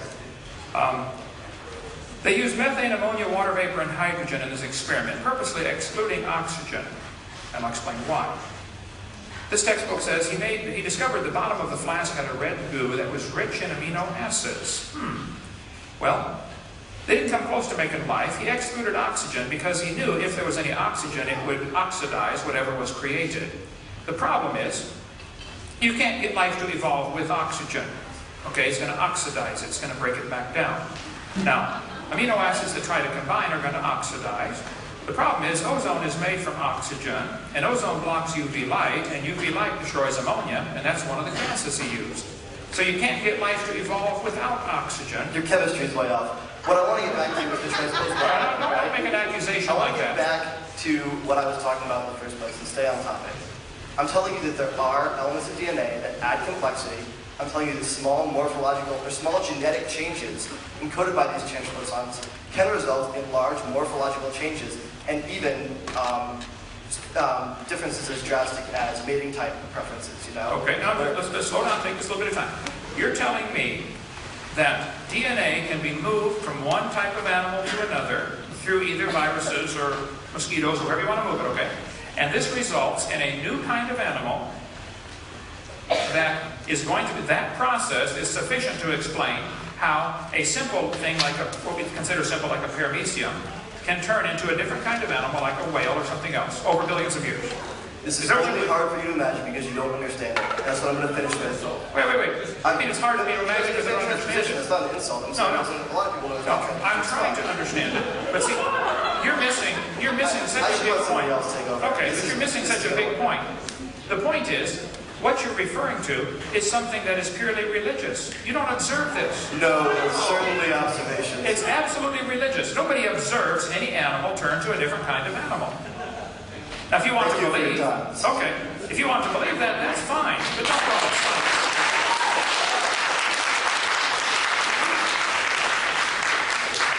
Go ahead. Hello. Hi. My name is Victor. I'm a third-year integrative biology major. Okay. Where to begin? Just anywhere you like, Victor. Calm down. Take a drink. You'll be fine. Okay. Okay. So first of all, let's start from the beginning. You do not believe that the Earth is billions of years old. I don't believe the Earth is billions of years old, but that's not what I covered tonight. I covered the evidence for evolution has all that's been presented so far is lies. Where's the evidence for evolution is what I was asking for tonight. Well, you were citing your belief that the Earth was not very old as evidence that evolution is not true, because evolution is based on the assumption. No, I didn't cite that at all. You misunderstood, Victor. I never said the Earth is not billions of years old, therefore evolution is not true. What I said is, all of the evidence used to support this theory of evolution has been proven wrong. Where's the real evidence? I do happen to believe the Earth is not billions of years old, but that is unrelated to the discussion. Even if it was billions of years old, that's no help for the evolutionists. That's only the first obstacle they have to overcome. Now, if you want to discuss the age of the Earth, we certainly can, but keep in mind, I am not asking for my belief to be taught at taxpayers' expense. They are. So, the burden of proof is on the evolutionists, not on me. But go ahead. Okay, fair, but in order to explain evolution, you would have to believe that the Earth is billions of years old. That's what I said. The first obstacle, you have to have billions of years to make this theory look even consider reasonable. Right, I agree. And we have very good proof that it is billions of years old. Okay, you're welcome to believe that. So, do you not believe in carbon dating and argon dating? Which one would you like to discuss? Carbon dating or argon dating? Or both, if you want. Okay. Well, I do know a little bit about this. Let's see. Potassium slowly decays to argon. The theory goes that since potassium is found in rock quite a bit and decays to argon, argon's a gas which would escape into the atmosphere. So they say, well, when a volcano erupts, it should reset the clock to 0, and we should have any lava flows, when they're fresh, should reset the clock. And this is how they date things by what's called an event horizon. You can look at any textbook. I'll show you here. Potassium decays at a pretty slow rate. 1.3 billion years is considered the half-life of potassium to argon. Okay? About 80% of potassium in a small sample of iron can be removed by distilled water in 4.5 hours. So, in conventional interpretation of potassium-argon age data, it's common to discard ages which are substantially too high or too low compared with the rest of the group, or with other available data such as the geologic time scale. There's my point. It has to be based on geologic time scale. The KBS Tough, for many years in all the science magazines, was dated between 212 and 230 million years old based on potassium-argon dating. Nobody argued with this. It was dated many, many times. Everybody said the KBS Tough is 200-some million years old. Until a problem came up. Richard Leakey discovered a human skull, KNMER 1470, under the KBS Tough. Well, now we got a problem. They knew it wasn't an intrusion. It wasn't a burial where somebody dug through the layer and buried it. They checked all that. They said, man, we got a pretty normal human skull under a layer of ash that's 212 million years old. We can't have that. It upsets the theory. So they redated the KBS Tough, even though it had already been dated many times before. They never would have checked it had it not been for this fossil that was found. Now they got ages from 0.5 to 2.6 million years old. I would like to point out two things. That's way down from 212. Secondly, that's still a 500% error. Half million to 2.6 million? We can talk a long time about that one, but the way they keep adding age to the Earth, okay? The Earth, if you want to believe it's billions of years old, that's fine, but I don't think you should use potassium-argon dating to do that, okay? A Hawaiian lava flow, 1801, a known eruption, was dated with potassium-argon dating at 1.6 million years old. It didn't work, okay? A Hawaiian lava flow, let's see, in 1959, they knew when the lava erupted. It's supposed to reset the clock. It's supposed to make an event horizon. Well, how come it's 8.5 million years old? Sicily, Mount Etna erupted. I was climbing on Mount Etna 2 years ago. It erupted 1964, gave a potassium-argon age of 700,000. The 1972 eruption gave an age of 350,000. Brand new lava from Mount St. Helens was potassium-argon dated, and it gave ages of 350,000 to 2.8 million from the same rock.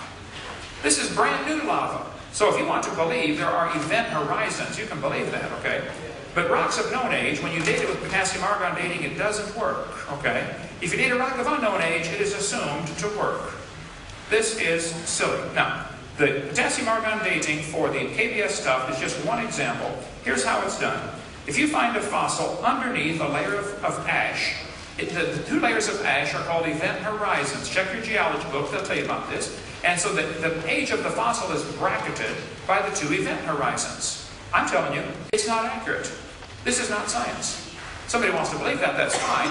But see, one good experiment's worth a pound of theory any day. Okay, you can have all the theories you want about potassium decaying to argon slowly and the clocks being reset when the volcano erupts and leaves a layer of ash or lava. I understand the theory. In practice, it doesn't work. So, I don't want to hear about it. Go ahead. Okay, you don't want to hear about it. Fine, well, I want to see some science. I can show you the scientific evidence says it doesn't work.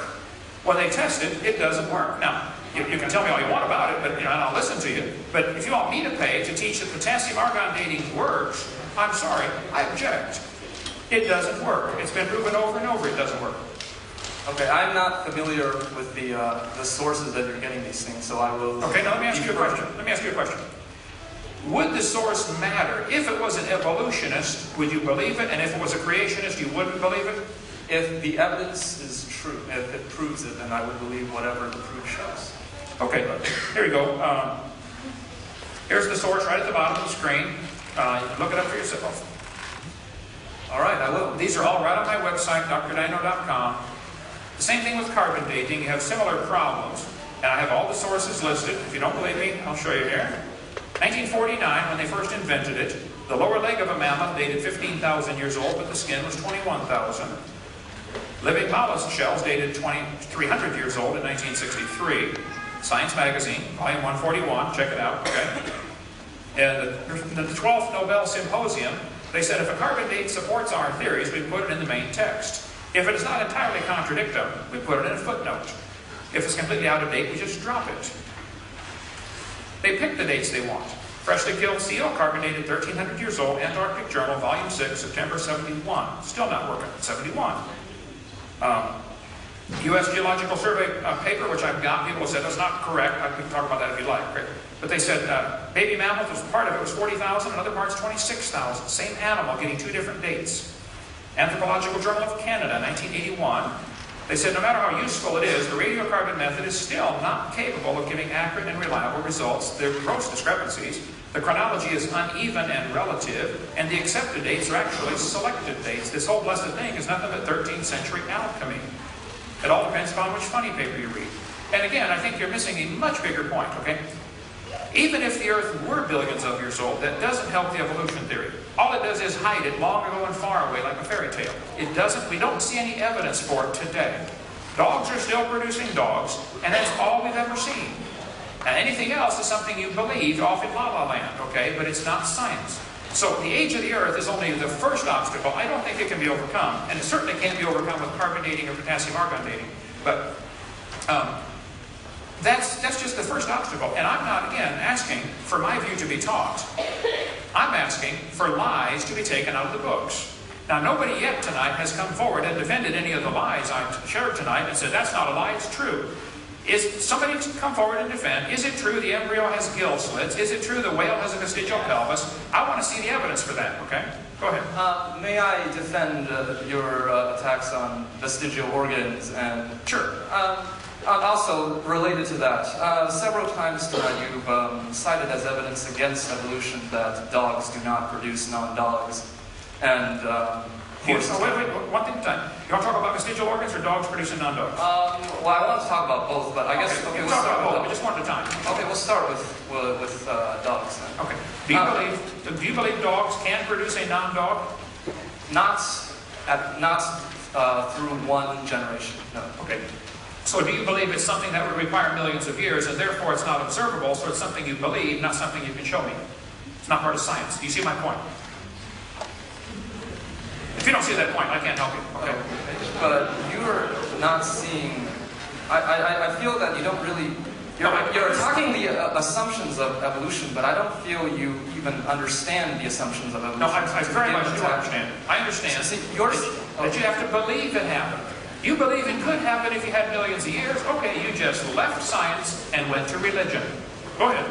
Okay, but you said that dogs cannot produce non-dogs, but that is not what evolution says at all. Evolution says you take two populations of dogs and expose them to very different selective pressures, then eventually microevolutionary traits will build up, and eventually, but for the first couple of thousand years, they will be able to interbreed. Okay, so do you see how you right now are going from science to religion in the same sentence? Does anybody else see that? Am I the only one seeing this? Okay. You can believe that this could happen over millions of years, but that's no longer science. Science is what we can observe and test and study and demonstrate. I don't care what could happen over millions of years. What happens? We have 6,000 years of recorded human history with people telling us dogs produce dogs. What evidence do you have that would say that something other than that can happen? Don't tell me what might happen over millions of years. Where is the scientific evidence? Okay, put in another way. Do you believe that 1 apple plus 2 apples equals 3 apples? What does that have to do with dogs? I'm kidding. So you can imagine that, right? I want to stay on topic. Yeah, I believe 1 apple plus 1 apple equals 2 apples. I agree. Yeah. So do you believe that 1 million apples plus 1 apple will equal 1,000,001 apples? Or 1 million plus 2 million apples will equal 2 million apples? If you're going to give me every possible example, we're going to be here for a long time. Well, you've never sat down and added. Yeah, I taught math. I believe that. Yeah. I understand. Okay. So, you don't need to have seen personally millions of years of evolution to have to believe it. Oh, now you have a false analogy here. We have mathematical I've never seen 1 million apples plus 1 apple equal 1,000,001. Okay, but that is not the same as saying I've never seen a dog produce a non-dog. That is absolutely totally different things. That's a logical fallacy. Okay. How's that a logical fallacy? We were talking about millions of mutations and. Okay, well, I don't think I can help you on that one. If you don't see the problem with that, then I think we probably should go to a different topic. Okay. Okay. So, I guess I'm taking up a lot of time. One last. Two questions, and then get in line again if you want. Yeah, Skip, come on back. I want to see you. Huh?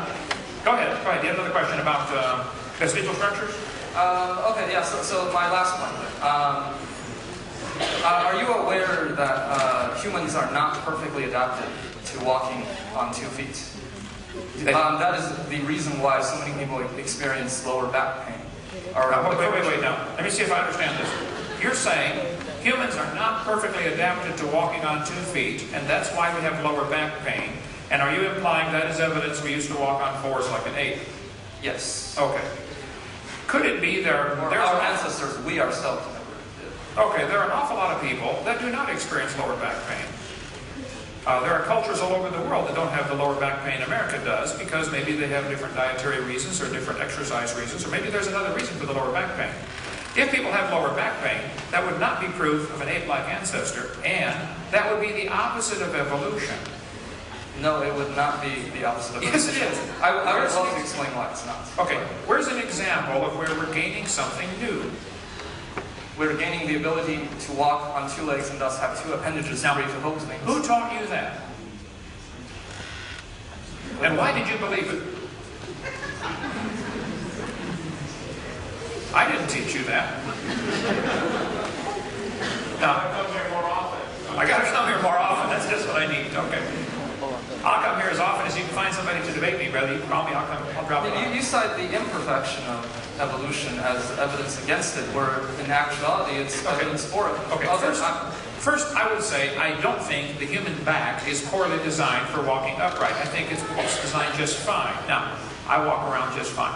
If you're having trouble, you can see a chiropractor or something. Now, but the example you're giving is a lousy example for evolution. When you consider that you and I, standing here today, are copies off of a copy, off of a copy, off of a copy, off of a copy, off of a copy, I would say, of Adam 6,000 years ago, and you would say off of a monkey 3 billion years ago. Either way, there are many copies have been made in here. It's amazing we can even be having this conversation. The original DNA code must have been incredibly complex to survive all this long copying process. So if there are flaws in the human anatomy today, defects, okay, it's a result of thousands of years of genetic problems, of genetic load, of mutations that are degenerative, not helping. If there's a low back problem today, that's not helping, that's not evidence for the evolution theory. I don't know how you can't see that. Oh God, I could go on all night, but maybe I'll leave it to the next guy and take me on. Yeah, you can come on back and go on all you want, okay? Go ahead. My name is Philip Hong. I'm a bioengineering student third year here. Oh, slow down. You're Philip and you're what? Philip Hong, I'm a bioengineering student. A biology student? Bioengineering. So biology and engineering. Biology engineering student? Yes. Okay. I'm also third year. First of all, I'd like to say that it's really been a pleasure being here with you. You're a really good speaker, first of all. I think if I ever owned a business, I'd really like you to be one of my salesmen first. I'll take it as a modified compliment, okay? One thing I want to bring up is the fact that you mentioned that we shouldn't be teaching lies in school. So my question is, what would we be teaching if we wouldn't be teaching those quote-unquote lies? If the things I brought up tonight were taken out of the books, there is still a huge amount of biology. I think most biologists, even evolutionary biologists, know an enormous amount of biology that they should be teaching to the next generation. Kids, these are the muscles, these are the bones, these are the tendons, these are the organs, this is the function, here's how the chemicals work. The origins subject is unrelated. It has nothing to do. You could learn all the muscles, all the bones, all the insertion points. You could learn a huge amount of biology without ever touching the origin subject. I don't think in public schools they should be allowed to discuss origins at all because you're going to upset somebody no matter what you do. The majority of Americans do not believe in evolution. So why is the minority view being taught? And it's unrelated to biology. So if you took the lies out of the textbook, let's say if you took out 30 pages out of your book, okay? You still have a huge textbook and a lot of biology to learn. I am not against biology. I think the kids ought to know the names of the month. I taught biology and anatomy. I think the kids ought to learn those things. That's great. But origins and evolution has nothing to do with it. Why is this wasting class time when the kids ought to be learning? There isn't one doctor on planet Earth that cares about evolution when he's doing heart surgery on somebody. He needs to know his anatomy really well to do surgery. Evolution has nothing to do with anything practical in the medical field, except they might want to talk about bacterial resistance, and I pointed out it's a loss of information. So that would be a lousy example for evolution too. So if you want to do surgery on somebody, if you're going to be a surgeon, I would like you to really study biology, and I don't care what you know about evolution, it's unrelated. And many famous surgeons are Christians and creationists. The guy who invented the MRI is a creationist, okay? The guy who invented Gatorade, one of the world's experts on absorption of minerals into the body, is a creationist. So evolution has nothing to do with the subject of biology. It's unrelated. Well, this is a scary thought, though. Imagine that the lies that we're being taught in school, that I consider that it might not be a lie, but in fact, it might be promoting other scientists to be discovering things like cures for cancer and so many other subjects of matter that can... Well, let's take one topic at a time. You're saying we should keep these lies in the textbooks? No. I'm saying that these lies, you're calling them these lies, but you're saying there's no point, absolutely no point in keeping these so-called lies in the textbooks. Why would you keep a lie in the book? Well, why would we keep natural selection in the books? Okay, natural selection, I didn't cover that tonight, but natural selection certainly works. It has nothing to do with evolution. Natural selection selects. If I said I want to get a population of 12-foot people on this planet, so I'm going to kill everybody under 12 feet tall. Okay, I have nobody to select from. I'm never going to get a population of 12-footers by killing everybody under 12 feet tall. There is nobody to select from. I probably could develop a population of 7-footers on planet Earth. If I killed everybody under 7 feet tall, within a few generations, I'd probably have a population of 7-footers. Because there are some 7-footers to select from. There aren't any 12-footers to select from. So natural selection is a selection process. It's not a creative force. And here's where the biologists absolutely go screwy in their thinking. They think natural selection is going to create something. Natural selection. This says natural selection causes evolution. That's a lie. It selects. Creationists have no argument with natural selection. We thought of it first. It's a conservative process that removes defective organisms. Natural selection may have a stabilizing effect, but it does not promote speciation. It is not a creative force. Science Magazine, volume 217. Natural selection can only act on biological properties that already exist. It cannot create properties. It seems like every time someone has a question, you pull out a PowerPoint. When I don't have a PowerPoint to talk my point of view, and to be honest, I had it all four slides already, and my bladder's pretty weak, and I can't sit through another PowerPoint. Slow down. Okay.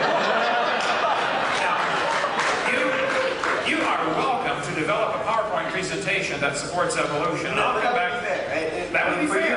To give me a PowerPoint selection and PowerPoint presentation and all the reasons that I'm showing you right from people that you ought to respect. This parasitology book, they said, hey, it doesn't work, folks. Okay, let's screw this one here. This is Science Magazine. This is folks who believe in evolution. But they said natural selection will not promote speciation. It's not a creative force.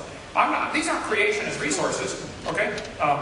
But the fact Even if they were, though, it wouldn't matter. The fact is, if you believe natural selection is a creative force to create something new, then you don't understand how it works.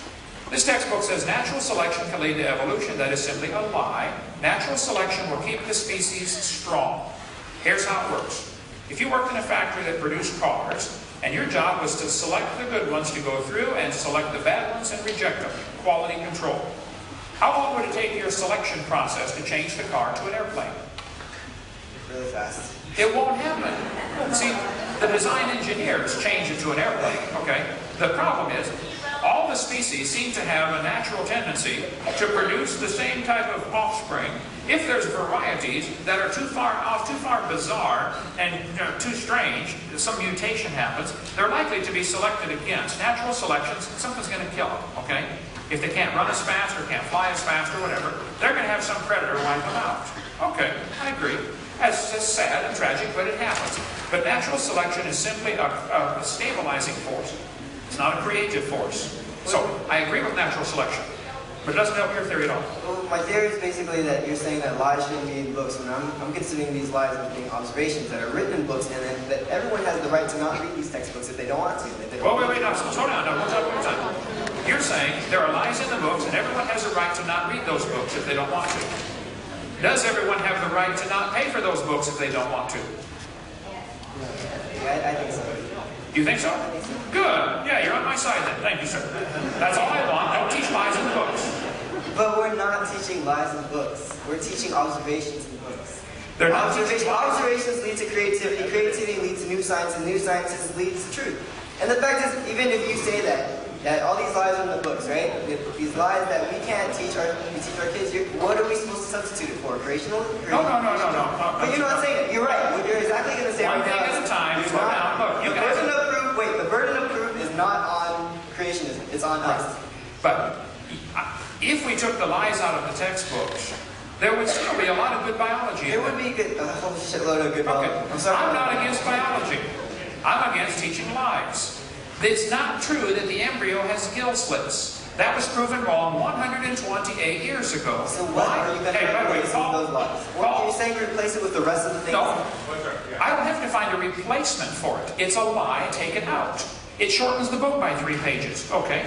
Here's the textbook used at this university. I have that. Am I right? I really like it. On page 1018. Well, that's actually a different example. That's not the embryology. No. Excuse me. The embryology? Okay, yeah. I looked that up if you want. Yeah, see if they find the embryology one. I just saw that without my glasses on. Because they have that section of the embryo circle. Yeah. Just check the index, see if they have embryology. So, it is your argument, we can't take a lie out of the book until I find a replacement? If you're going to attack textbooks, you should be attacking media. You should be attacking legal law. Wait. I'm not paying for the media.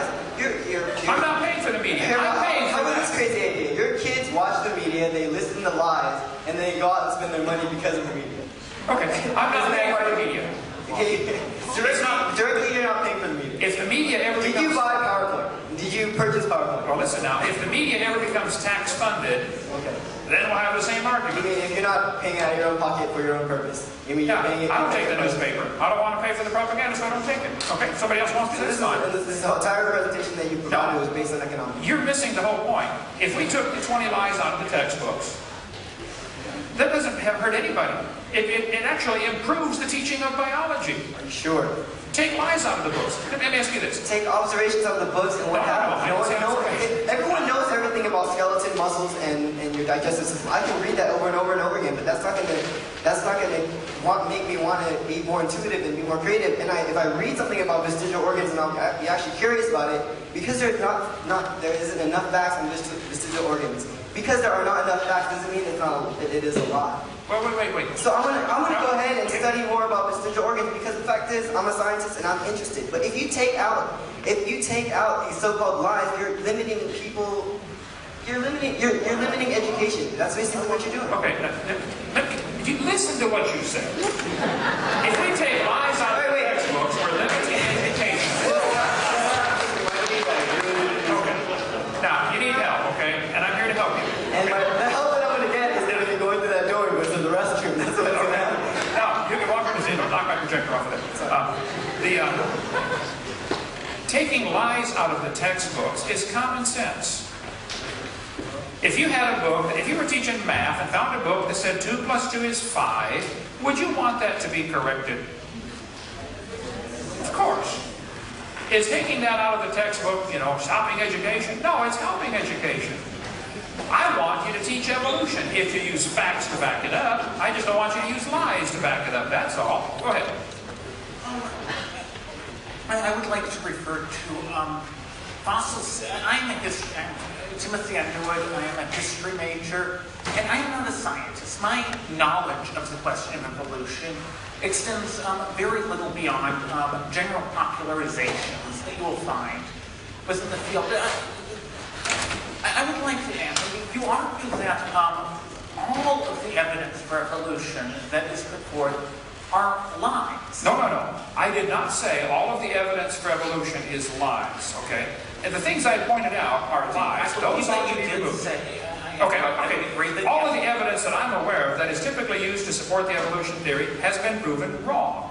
Take it out of the books. Now, if that leaves you with no evidence, I'm sorry. Get a new theory. That's one thing. Did you find gill slits in here? No, I found 2 other things. Okay, if gill slits is not in there, this is wonderful. That's a success. Berkeley is not teaching one of the 25 lies in the textbooks. Yay! Insects being resistant to insecticide. 37 of this book here, 6th edition, and it says under the title of examples of provide evidence. Examples of natural selection provide evidence of evolution. So on page 437, if you go 2 pages over 439, Wait, don't lose it. Okay, then we find the homology. That's on 439. Okay, so they're saying similar structures in the forelimbs is evidence of evolution. Okay, they're welcome to believe that. But similar structures in forelimbs might be evidence of a common designer. The Honda and the Toyota both have 4 wheels. That doesn't prove they came from a skateboard. It's a good design that works. So this is an example of propaganda, not science. This is right on topic here. If you're going to say majority opinion is how we're supposed to decide right from wrong. No, I'm going to say that the opinion of the geneticists is how we should decide whether they come from different chromosomes or not. Okay, the Now opinion I recall, in of those which texts, geneticist? which I have read, written by geneticists, say Richard Dawkins, Or Richard Dawkins, yeah, he wouldn't debate me either. If a geneticist is a creationist, if I can find a geneticist that has a PhD in genetics who doesn't believe in evolution, and they say, hey, Hovind's right, this is not evidence for evolution, it might be evidence for a designer, would a creationist's opinion matter? Even if he had 10 PhDs, or is he automatically disqualified just because he's a creationist? You tell me. if he had 10 legitimate PhDs, his opinion would be valid. And it would be on the part of the question and going into any of consensus opinion within the scientific community, i.e. the vast majority of the scientists. I want to try to get you to see a bigger picture here. Okay. I want to try to get you to see a bigger picture. I have several people on my staff, I think 7, who are from the Soviet Union. Okay? Including my daughter-in-law. If a teacher stood up 10 years ago in the Soviet Union and said, kids, I don't think communism works. I think capitalism is a better system. Would you agree, 10 or 15 years ago, that teacher would certainly lose his job and possibly lose their life. They certainly would end up in Siberia if they're still alive. There would be a great pressure. The teachers could honestly stand up in the Soviet Union 15 years ago and say, all teachers believe in communism. Yeah, because what happens if you don't? Okay? We've got the same exact pressure here in America, and I can show you 50 examples if you'd like, including Professor Dean Kenyon over at San Francisco State, where I was a couple hours ago, who nearly lost his job simply because he changed from being an evolutionist to being a creationist. They said, well, then you can't teach here. They took him from tenured professor to a lab assistant. I'll give you 50 examples in a minute if you'd like that. Now, I'm telling you, here at Berkeley University, the land of free speech, if a professor gets up and says, in a biology class, and says, kids, I have really doubts about this evolution theory. I think what we're teaching are lies. I don't think this stuff is true. They would lose their job. You don't have free speech here. You guys don't know the first thing about free speech at Berkeley University. I would agree that most likely should a professor stand up and say, I do not any longer believe in evolution, he would be in extreme danger of his job. However, significant because 99% you have to believe in evolution to teach at Berkeley. Because and therefore all teachers believe in evolution. This is what you're missing. No, because more than 99% of the professors at all universities think that creationism has no basis in fact. Okay, but that's a science opinion. I want to repeat this so they can hear this, okay? You're saying 99% of the professors believe that creationism has no basis in fact. I didn't talk about creationism tonight. I said there are lies in the textbooks, take them out. Fine, 99% of professors in the relevant fields believe that evolution is true and that there are facts to support it. Okay. And they argue that those who have that claim that there are not facts Well, let me take this one second. Correct. Look, you can ask all you want, but let's just go one at a time so people can understand this, okay?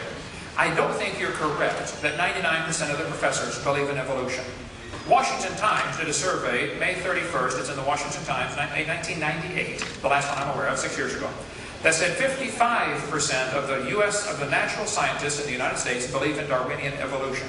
That's slightly more than half, 55%. I can show you What the that quote. was referring to is essentially whether those evolutionists were atheists or theists. No. The question was simply, do you believe in Darwinian evolution? 55% responded yes, 45% responded no.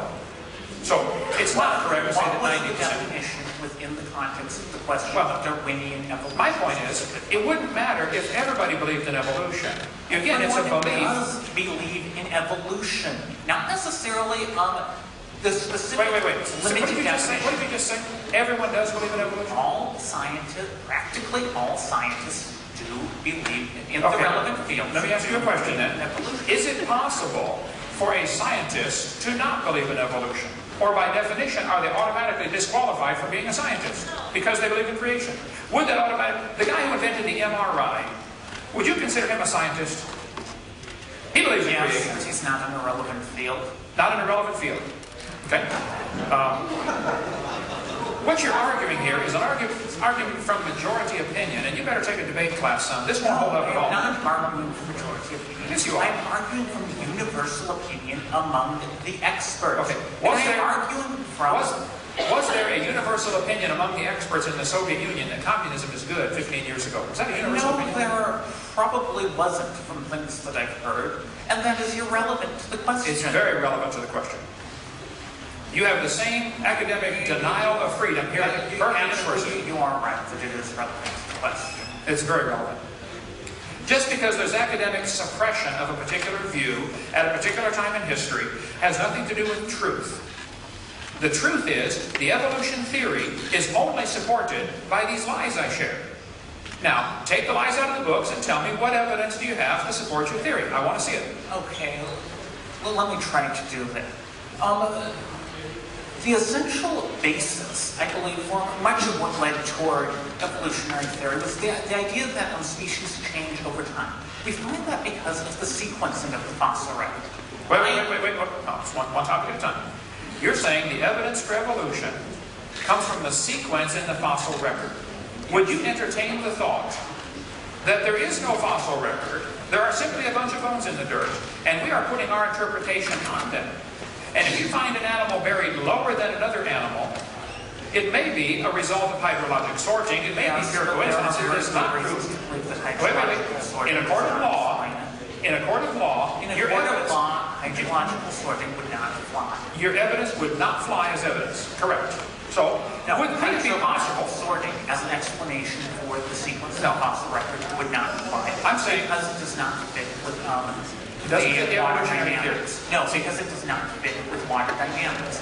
Hydrological sorting does not explain the sequencing of the fossil record. First place, there is not a good sequencing to the fossils. Begin number one. Secondly, fossils are interpreted. You will never find a whale in the Cambrian layers. You will never find any mammal in the Cambrian layers. You will not find a bird in the Cambrian layers. You will not find anything but animals that existed within that period within the Cambrian layers. Who is interpreting whether a layer is Cambrian or not? Would you agree? Obviously, the Cambrian layers are that area. Between, say, several hundred feet a second. I do not know the exact area. They are an area which are beneath these other layers, in which you will only find these animals. Let's let a few more people ask questions. There's a lot of people who want to ask questions tonight. But you are a classic example of how your training is blinding you to the obvious, okay? You're saying there's limestone. Limestone is found in Limestone is not what makes up the Cambrian layers. What makes up the Cambrian layers is the presence of those specific types of fossils within the layer and different types of fossils that are always the same types of fossils above the layer and above it. What you just said is precisely my point. The presence of Cambrian layers is determined by the types of fossils they find in them. Doesn't matter where you find it. The fact is it has these trilobites for these animals, therefore it's Cambrian. It is determined by its placement in the sequence. You'll find these types of fossils in the Cambrian layer. You'll find these types of fossils. You need to watch our video number 4 with an open mind. It'll get you converted over. If you really are, maybe your mind's already closed, I don't know. But if you're really open-minded, you need to look at this one more time. Okay, the geologic column. I showed you petrified trees standing up connecting these layers. Are you still telling me those layers are different ages? What? You still believe they're different ages, don't you? I'm saying that you're not going to find. All right, let's let somebody else talk for a minute. We'll get the line. Look at somebody else. Okay. Okay. Thank you. Yes, ma'am. Okay, thanks. Don't want airflow to get. Okay. Okay, good. Go ahead.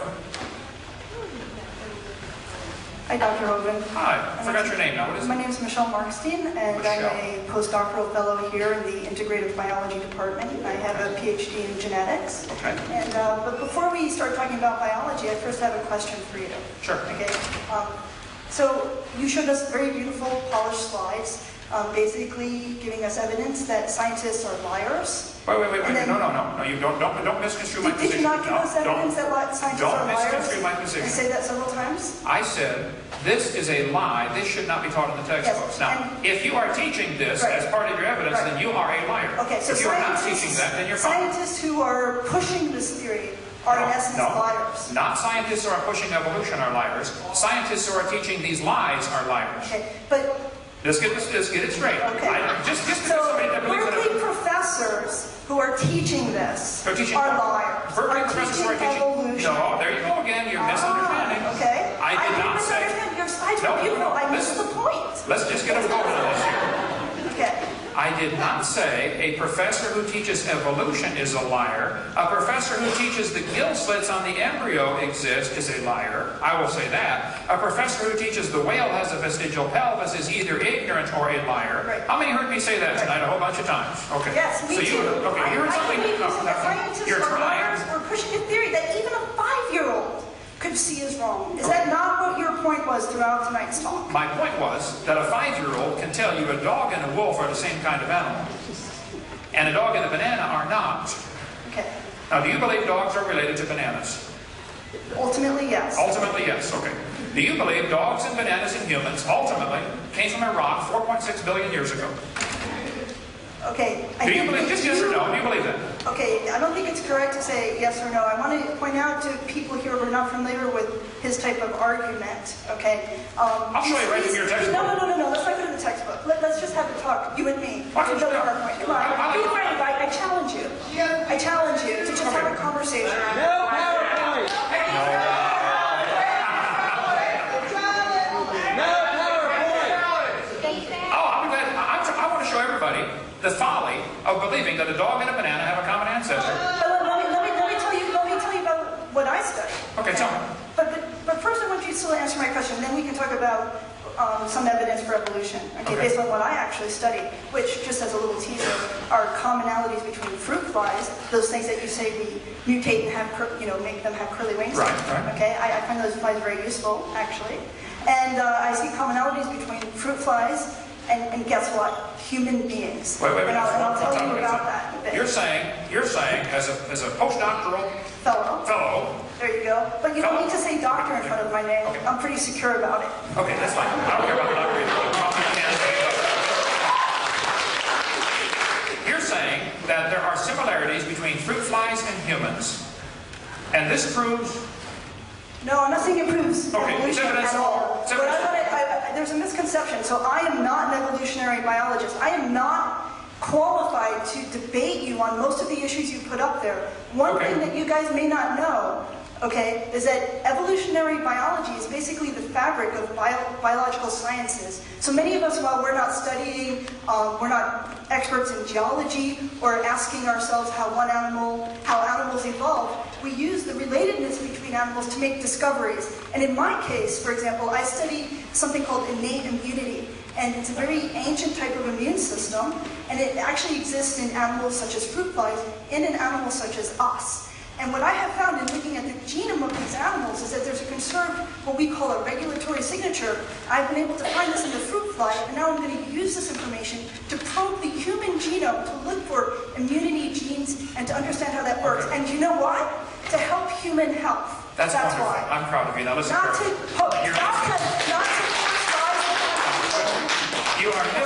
You are missing the entire point. If there are similarities between humans and fruit flies, yes, that might prove the same guy designed them. Yeah, exactly. Thank you. I agree with you. So I want to now point out that one of the flyers we have discusses one such scientist. He was one of the heads of the Human Genome Project. You may know of him. His name is Dr. Francis Collins. I've never met him. I've heard of him. Okay, so Dr. Collins was the head of the Genome Project. He's both an MD and a PhD. And Dr. Collins is also a Christian. Okay? So actually there are many scientists who are Christians and also embrace evolution. What Dr. Collins says is that if God decided to use the mechanism of evolution to create human beings, you look nervous. Calm down. It's okay. You know why I'm nervous? Because I don't have the rhetorical skills that you do. No. I am winning this argument because I'm right. No, I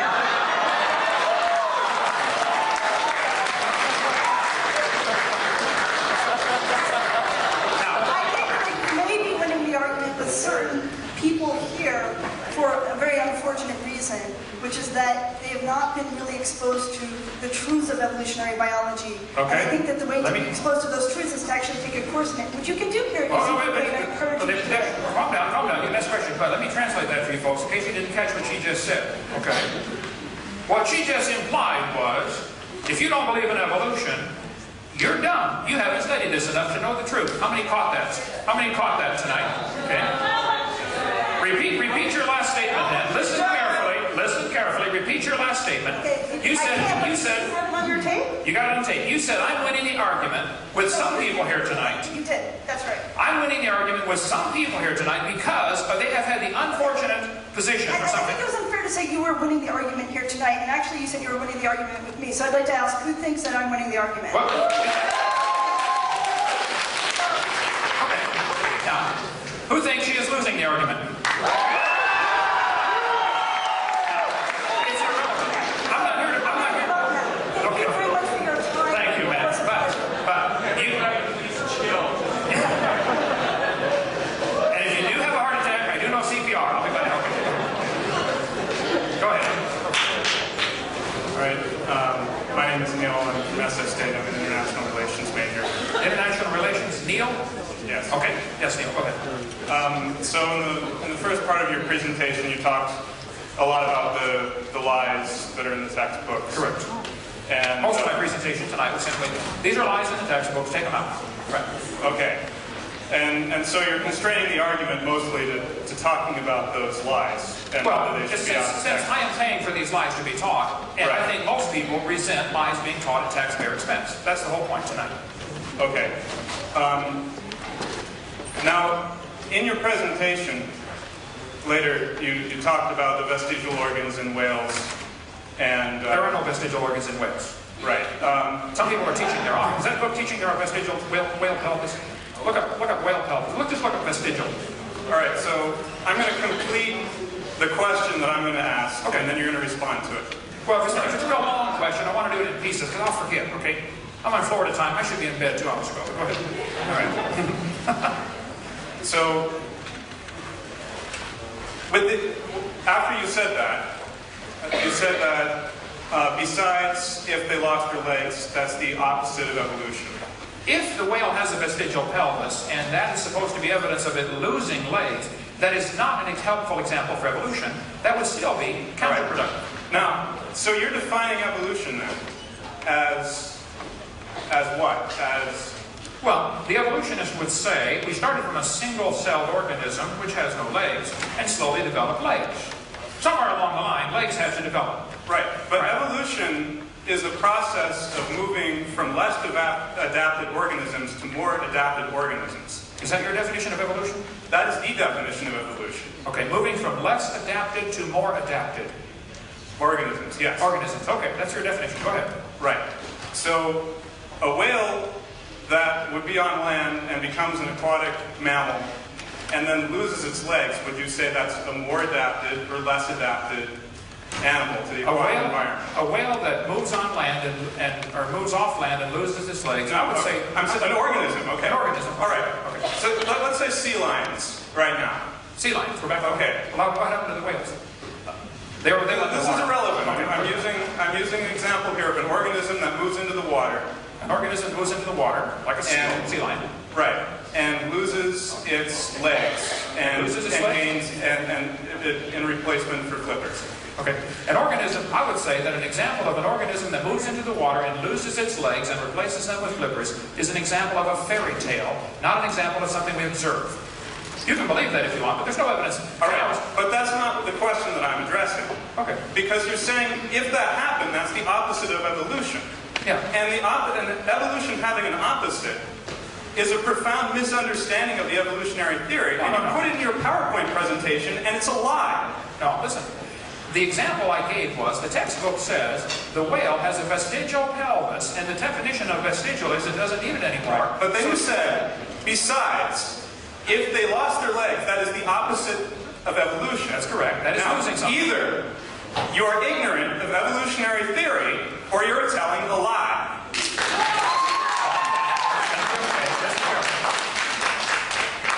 How did do you believe the whale evolved from a land-dwelling creature, like a cow, like the folks at the National Center for Science Education believe? Yes, I do. I mean, you can. I showed you their brochure from Bossy to Blowhole. That's a cow to a whale, okay? I'm not saying that I particularly believe that it's a cow, but I believe that it You believe it was a land-dwelling animal that turned into a whale. Okay.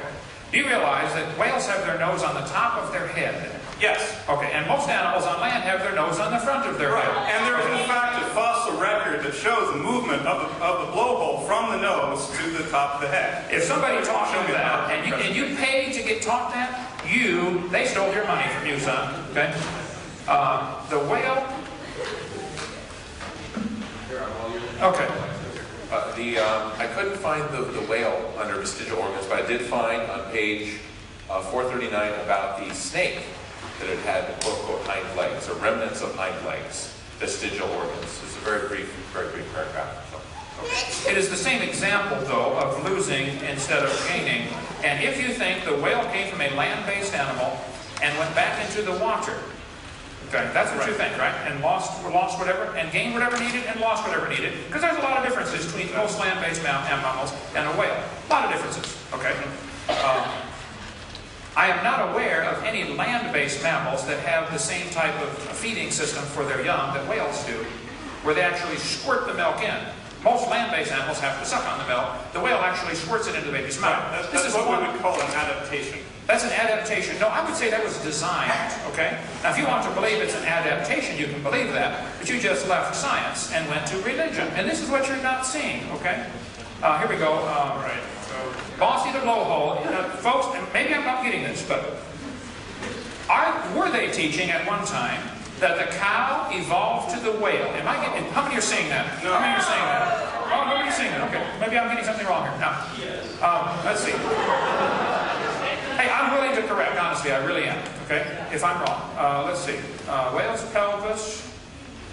You're saying there is fossil evidence of the blowhole moving from the front of the head to the top of the head.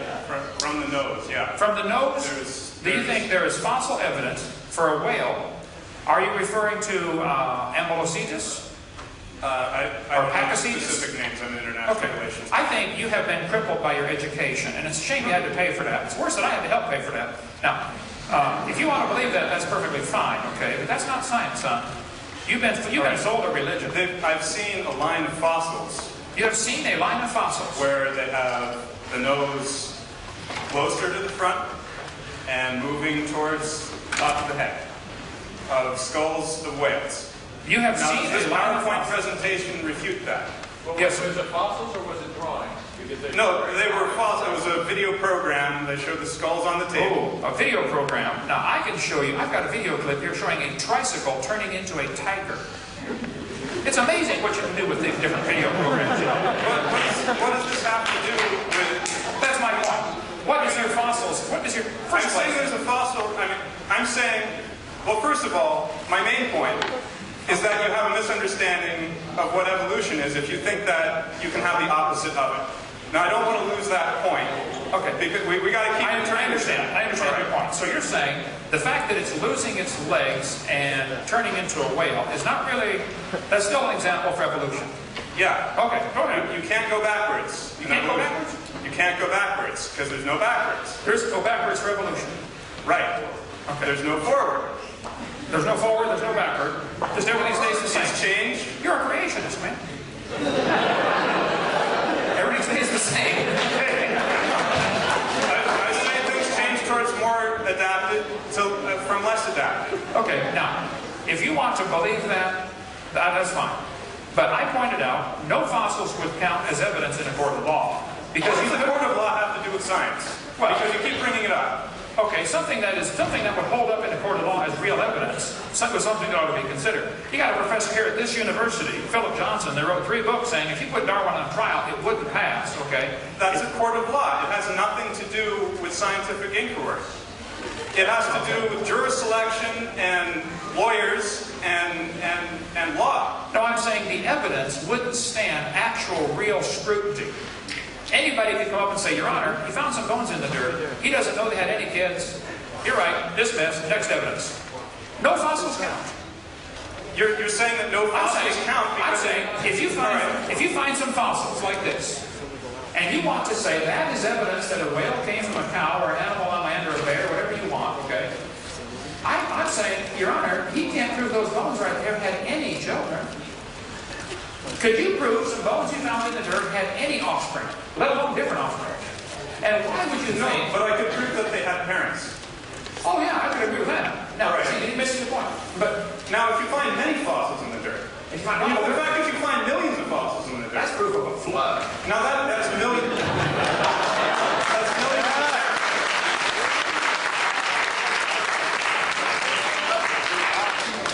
Please announce that in about 15 minutes, we're going to have to start clearing out. So we're going to have, please no one else get in line for questions, but we're going to have to make it quicker. I know that not all the questions are being answered, and I know that there still seems to be some disagreement in the room. I've sensed that. All right, so let's get back to the original point. Yeah, okay. Well, I would like minus one's the original point, which is the direction of evolution. There is no direction for evolution. That's right. What you said. There's no gaining, there's no forward, there's no going back, there's no coming. I'm saying there's from less adaptive to more adaptive. Now, would you agree with that? I'm saying it doesn't happen. The whole thing's a fairy tale. All this is taking place in your mind. It doesn't take place in But on reality. the point of opposite of evolution, I mean, do you understand? I understand that you are straining at a gnat and swallowing a camel, son.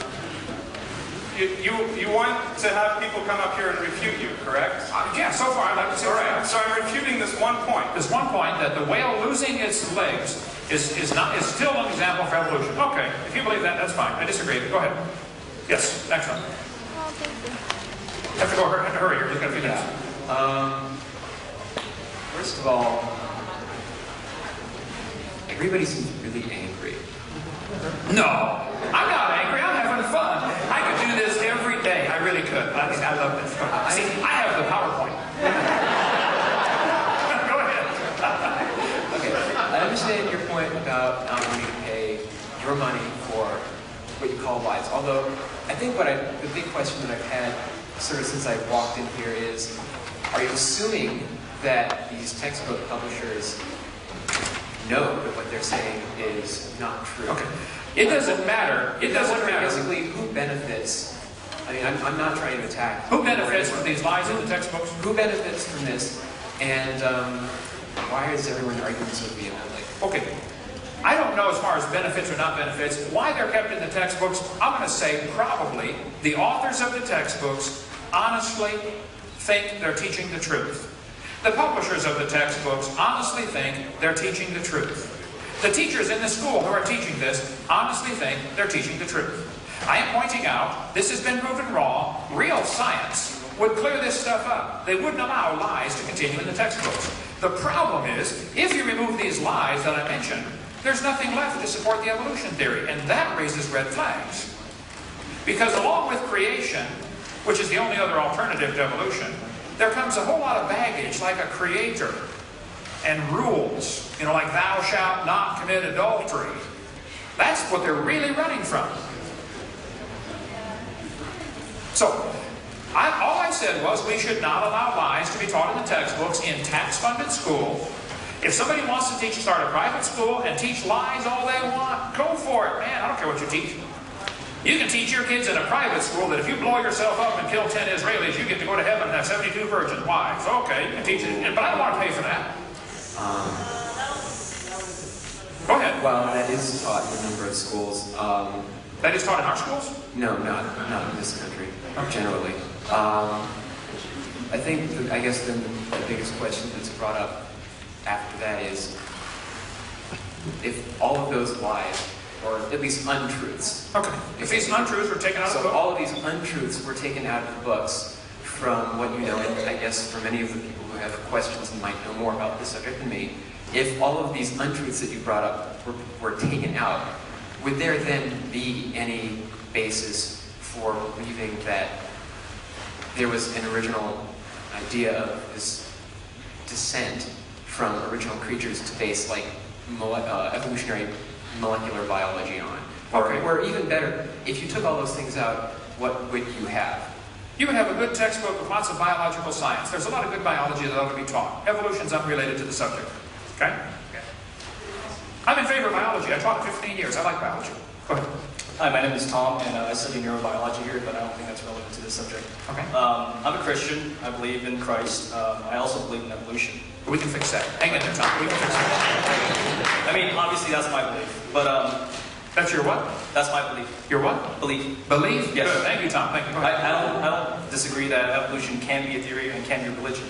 I'm not going to argue that technicality. But just pointing that out. Go ahead, Tom. Right, I know. Okay. And I respect the fact that you pointed out the embryology is false. You know, I didn't know that before this lecture, so I benefited from this lecture. So, well, hey, yeah. Yeah, I know. I like that. Could you go back to the slide where you pointed out the horses?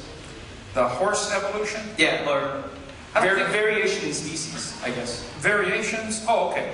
Because I have on like kind. The slide on kinds. Variations happen, but they have limits. Let's see.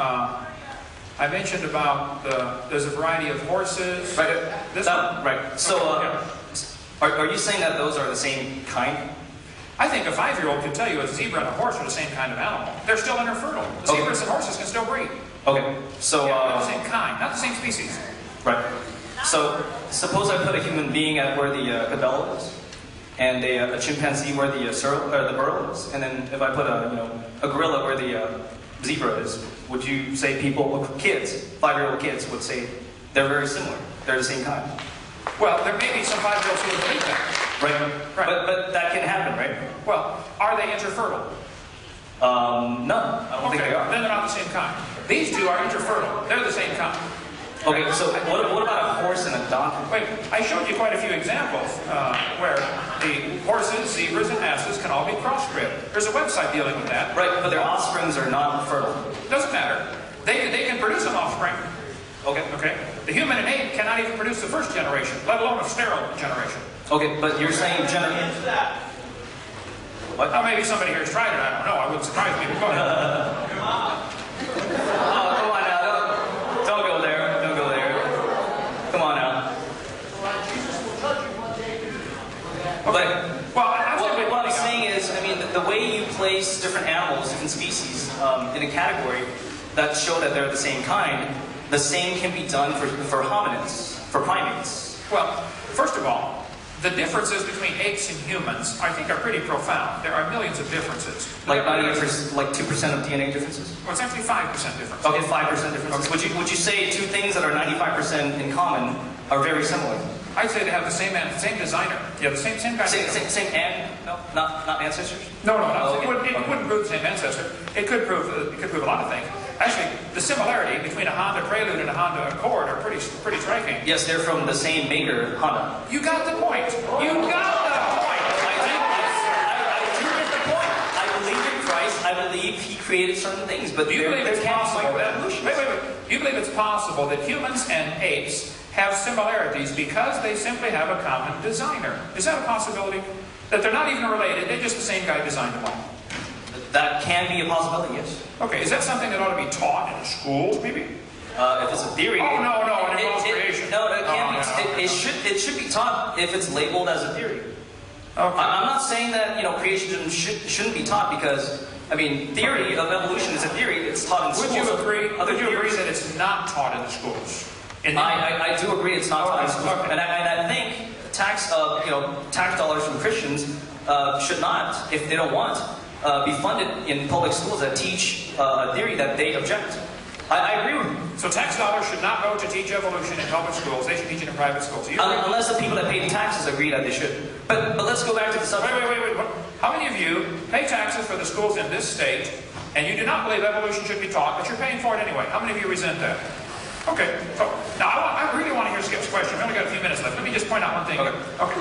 The textbooks say humans and orangutans are 96% similar, proving a common ancestor 15 billion years ago. This is ludicrous, but I'll just give them that. Okay. Barney Maddox, one of the leading genome researchers, said the difference between humans and his nearest relative, the chimpanzee, is at least 1.6%. That doesn't sound like much, but calculated out, that's a gap of 48 million nucleotides, and a change of only 3 nucleotides is fatal to an animal.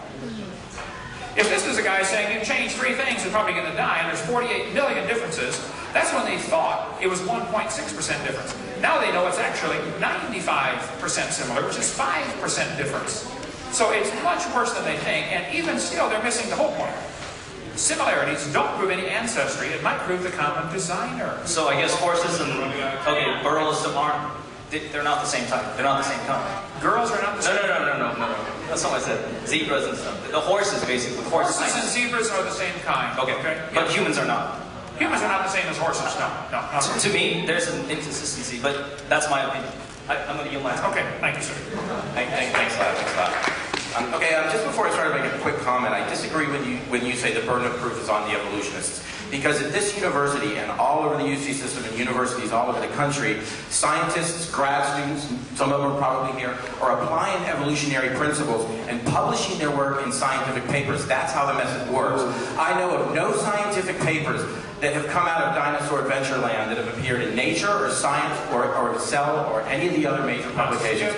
Now, hang on, that said, let's move on to the questions. None of this slap and run stuff, okay? One comment at a time, okay? If you want to use that as evidence, you have got to be kidding. The fact that nobody publishes in a science journal that believes in creation might prove there's some big blackout on creationist information, just like the Soviet Union wouldn't publish an article about capitalism 10 years ago.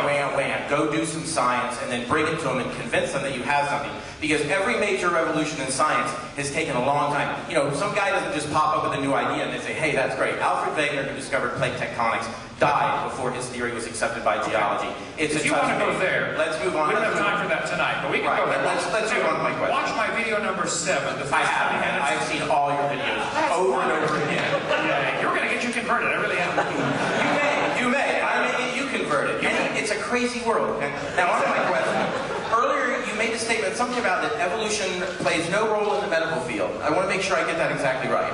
I said there is no doctor when he's doing heart surgery that cares anything about evolution. He just really know his biology. All right, well, let's go. Let me. Is that what I said? Did I get that right? Okay, go ahead. All right. Would you say that then you're saying evolution really plays no role in medicine? If you want to go to antibiotic resistance, I think you're opening a real big... Let's move on really quickly. I'll make this challenge to you. I'll go home and I'll reserve the URL, doctorsenevolution.org. Okay? I'll let you write the statement, anything you want about evolution and its relation to medicine. And I know of no single doctor, I can't name one off the top of my head, who actually uses evolutionary principles in his work. But I'll bet you in 30 days I can have 20 practicing MDs who will all cite, maybe even publish papers they do, where they apply evolutionary principles in their work. Will you accept that challenge? I believe you're probably right. You could do that, but listen carefully. What they're going to do, the doctor... So now we're talking about, you admit that evolutionary principles are applied out there in the medical field. Where is creationism applied in medicine? You're missing it now. If a doctor writes a paper for your website that says, I use evolution in my practice, ask him specifically what he means. When he's doing surgery on somebody, he doesn't care. Or why are you limited only to surgery? And if I can find a surgeon who actually says, yes, I do use it, okay. Will you then retract the statement you made tonight on your website? Skip, you could probably find a surgeon that believes, life came from Mars, or that there are little green men, living under the White House. And you could also probably find one that believes the Earth is only 6,000 years old. You probably can. I bet I can find a lot of those. All right, let's move on. So the point is... So you're not accepting the challenge, is that it? I don't think it's a challenge.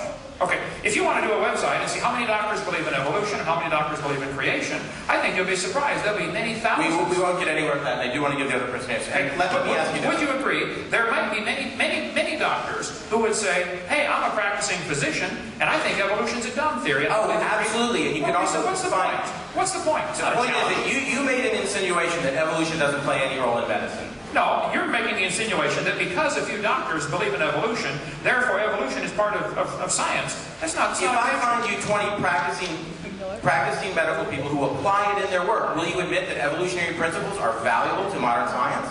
I would like to see how they apply it in their work and define exactly what you mean by evolution. You're going to find it's nothing but variations like the bacterial resistance. Let's move on to this. Several times you say up there that Haeckel was convicted of fraud by his university, correct? 6 professors, University of Jena, 1875.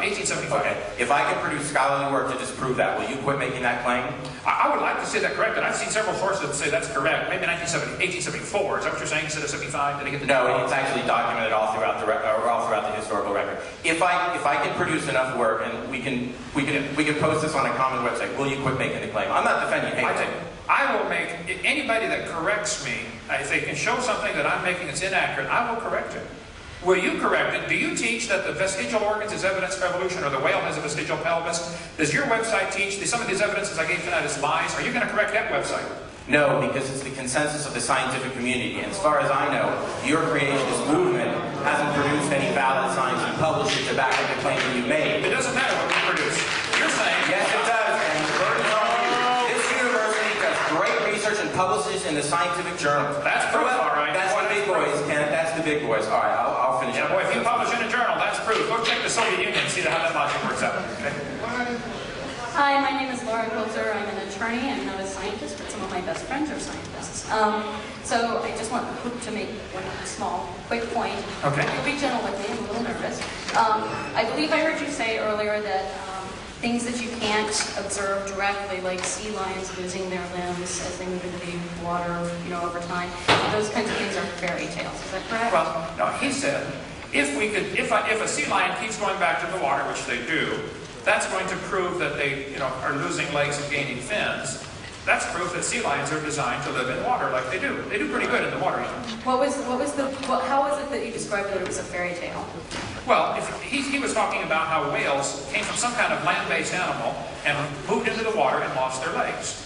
I said, well, you can believe that, but we don't observe that. And why we don't observe that, so it's a fairy tale, right? It's something that takes place in the imagination. I see. People believe these animals make these changes. They never see them. Because they're not directly observed. Well, right. Right. So if it takes millions of years, it's now not part of science, it's part of a fairy tale. So it's occurred to me that you've been making this claim multiple times through the evening that things that are not directly observed are not scientific. That's the definition of science. It's observable, testable. But science actually consists of a lot of things that are not directly observed, that are indirectly observed and are inferential. So I'm just going to leave that at that, but I would actually like to say that you're actually being inconsistent, because earlier you said that the Genesis story was a good story and that the Bible was a good story, and I don't think that you are 6,000 years old. So I don't think that you have directly observed. Well, I'm a very new lawyer. I'm not asking for the Genesis account to be taught. No, but I would like you to distinguish it from a fairy tale, because you've said that things that are not directly observable are not science and are therefore fairy tales. And I would like you to distinguish the Genesis account of creation from a fairy tale. The difference we have with the Genesis account is we have an eyewitness observing. But you do not have any direct evidence. You have not directly observed it, and you cannot. You don't have any evidence that Abe Lincoln was president 125 years ago. That's right. So according to your logic, that's a fairy tale. No. All I'm saying is that according to your logic, Genesis is a fairy tale, Abe Lincoln is a fairy tale, and evolution is a fairy tale. All of those are fairy tales. Science is things we can observe, test, or demonstrate. I think we have do observe and test and demonstrate. We have indirect observations as well as direct observations, and that's what justifies science. Would you tell me, as a lawyer, Genesis is distinguishable from science because it is not directly observable by anybody. Okay, as an attorney, I would like to know. I'm happy to. What is your best evidence for evolution? I'm not a scientist. I don't have this evidence.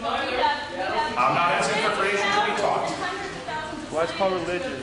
Woven together a wide tissue of science. I know it's a huge fairy tale. I agree. We got to work on this, and I'm working on it. Okay? Conspiracy, and I'm not. It's a big conspiracy. You're right. Go ahead. Last question. We're gonna have to quit.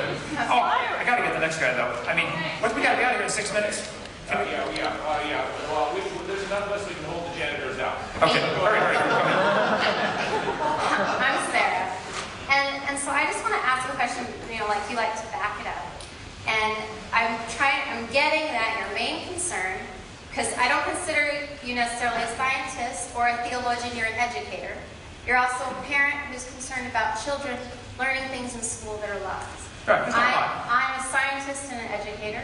I'm also a parent. I'm also, as any parent would be, concerned about their children in school learning lies. Good. So one thing that I'm confused about is I don't understand why you have chosen to bias yourself in trying to write only certain lies that are in textbooks. Actually, because as we all know, there are many lies cross disciplines in textbooks. One of the major jobs of educators these days, going through many versions of textbooks, is to try to remove things like loaded questions.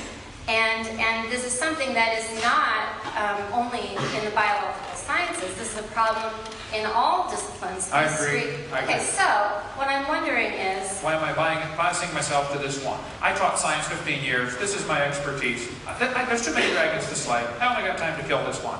But there are so many other things that are so much more damaging. You're an educator. I'm a scientist. Okay, then find somebody who's a mathematician and fix the math books, and find an English person and fix the English books. We got a lot of work to do. But you're concerned about children and lies being in textbooks, and that sounds like the most important thing to you. So there are a lot of lies, like Native American Indians, like bias in questions about ethnicity and socioeconomic standards. There are many, many, many bias in textbooks, and I feel like what you should do is probably focus on that and on education. And so why expend so much of your energy on debates in science and evolution, which you're not as well qualified for, since you are an educator of basic educational curriculum? Well, I guess everybody has to pick which dragons they want to slay, and this is the one that bothers me, because it has so much bigger implications. But why wouldn't you slay the dragons you're most qualified for? Let me answer your question. Because this evolution theory is not just a dumb theory, it's a dangerous theory. And why do you feel that way? This is exactly what motivated Adolf Hitler to kill the inferior species, the Jews and the blacks. This is precisely this theory, evolution. You're talking about social evolution, which many people disagree with. That's the result. Okay, we got to get out of here. I'll tell you what, let's schedule another time. I'll come back. I love this place. I mean, this is great. I still don't get your answer. You're not answering why you're choosing to slay dragons that you're not as well qualified. Why does anybody choose any field of work? Why do people decide to be physicians instead of janitors? I mean, I decided to do this. It's my business. It doesn't matter to you. But you're not choosing to listen to experts in their field to help guide you in these wars against biased questions and textbooks. Listening to, okay, we got not enough time to cover all night here tonight. I would like the next guy to ask a question. I think I did answer your question. I can choose whatever I want for my life. I don't think you did. I'm not asking taxpayers to pay my salary. I can do whatever I want with my life. But you're okay with taxpayers paying money for textbooks in history that talk about other problems. I'm not okay with that either. I just don't have time to say that right. I don't have time to say that right. Okay? Now, I'm so glad you came. 8 years ago in Canada, when I pulled out my pocket knife and volunteered, I want to explain something now. I pulled out my Swiss Army knife and said, if you think the tailbone is vestigial... Are you getting this on video, guys? You're getting what's on video.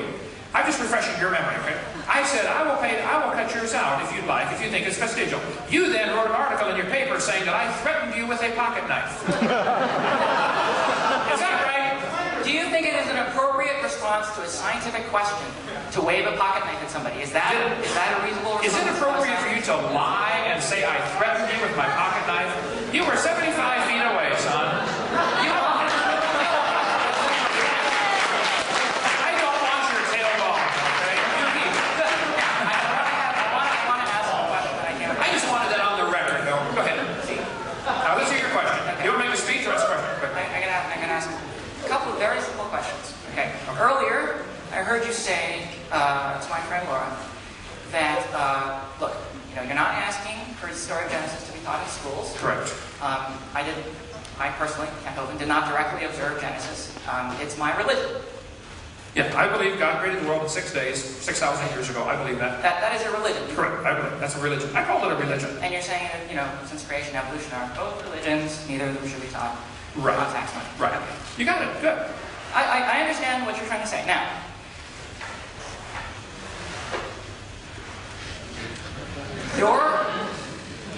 your lectures and your ministry is not tax funded. Is not tax funded. It teaches the literal story of Genesis. Probably. Right? You believe that the earth was created 6,000 years ago by God, exactly as it was in the first chapter of Genesis. Correct. I believe that story is absolutely correct. Go right. ahead. You got it. Okay.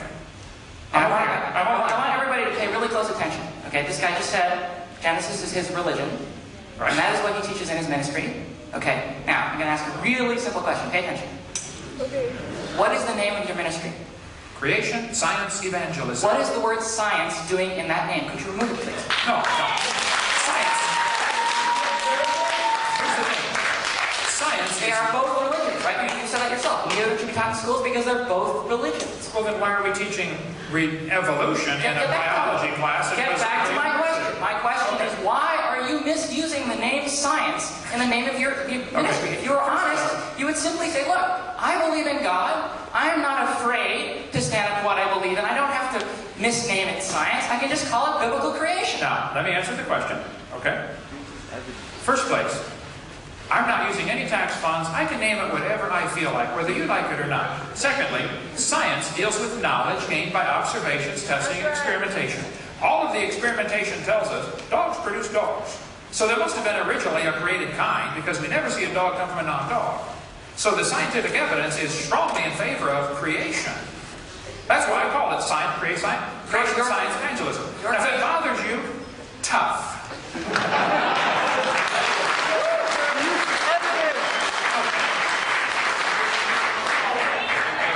Your creation theory. My creation theory teaches that the earth was created about 6,000 years ago, does it not? Correct. Now, first, before we go off on my creation theory, which is not part of the topic tonight, where's the evidence for evolution that I covered? I covered a bunch of lies. You're diverting from the question. Did you see that? Did you see that? You didn't answer me at all. Okay. Now, I want you to clarify that your theory teaches that the earth was created 6,000 years ago, or about 6,000 years ago. Right. And you are diverting the question, because I gave evidence against evolution. If you don't want to talk about that, you're trying to divert it over to creation. It doesn't matter what creation believes. I want you to use the word science correctly. Now, I am. Now, tell me about an experiment in which you measured, or someone measured, the age of the earth, and their data told them that the earth was 6,000 years old. I think there's a lot of experimental evidence that shows us it cannot be billions of years old. No, give me evidence for your date. You are claiming in your scientific creation theory, right, he calls it scientific, that the earth is 6,000 years old. There's a number there. Now, I want verification for that number. Okay. I have an eyewitness who wrote it down in a book called Genesis and told us this is how it happened. He told us very clearly Adam was the first man. We have eyewitness accounts about Abe Lincoln. We're relying on those accounts from 160 years ago about Abe Lincoln. I'm relying on an eyewitness account that says there was no death till Adam sinned. Adam was 130 when Seth was born. Genesis chapter 5, verse 9, I believe. You can go through the Bible and add up the dates. I have an eyewitness. What do you have?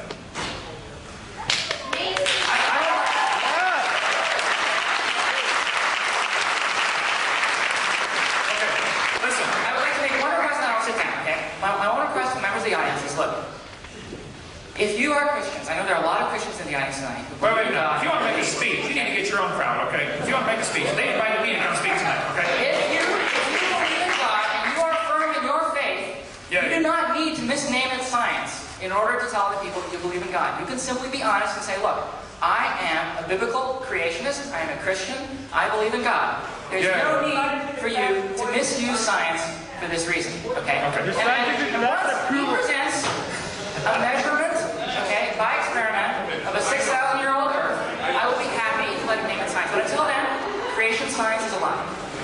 Okay, folks, we are over time. They're going to shoot us if we don't get out of here. Paul, you're in charge. We take another one, or we last one? Okay, I'm willing to stay all night. Good night. Very quickly, my name is Brad. Hi, Brad. I'm a fan of yours, and the reason is I had a degenerative incurable disease 25 years ago that I used creation biblical principles with here and follow up that with a doctor out of San Francisco who taught hundreds and hundreds of doctors of emergency medicine. She had terminal breast cancer in 1992. She teaches to groups 10 times as large, 3,000 people every year. And her website is drday.com, Dr. Day. And she used biblical principles to cure her incurable cancer. The pathology test is on the website. She makes a video that says you can't improve on God. That's the title of her video, and that's what she used to cure her cancer. I suggest you check it out. Okay, now Paul? Yeah. I will come back. Maybe we need to sweeten the pot. None of the professors would debate, okay? Correct. I'll come back. A year and a half ago, we invited 146 professors to debate, from 4 different departments to debate Dr. Hovind. Not a single one agreed to do that. I will come back, and a professor that teaches here at Berkeley, I will pay them $500 to debate me on 3 simple conditions. There could be 10 of them. Okay, they split up to 500. I get half the time. We talk about one topic at a time, and anybody can videotape it and sell the tapes if they want. 3 simple conditions. Thank you so much. We got to get out of here. Thank you.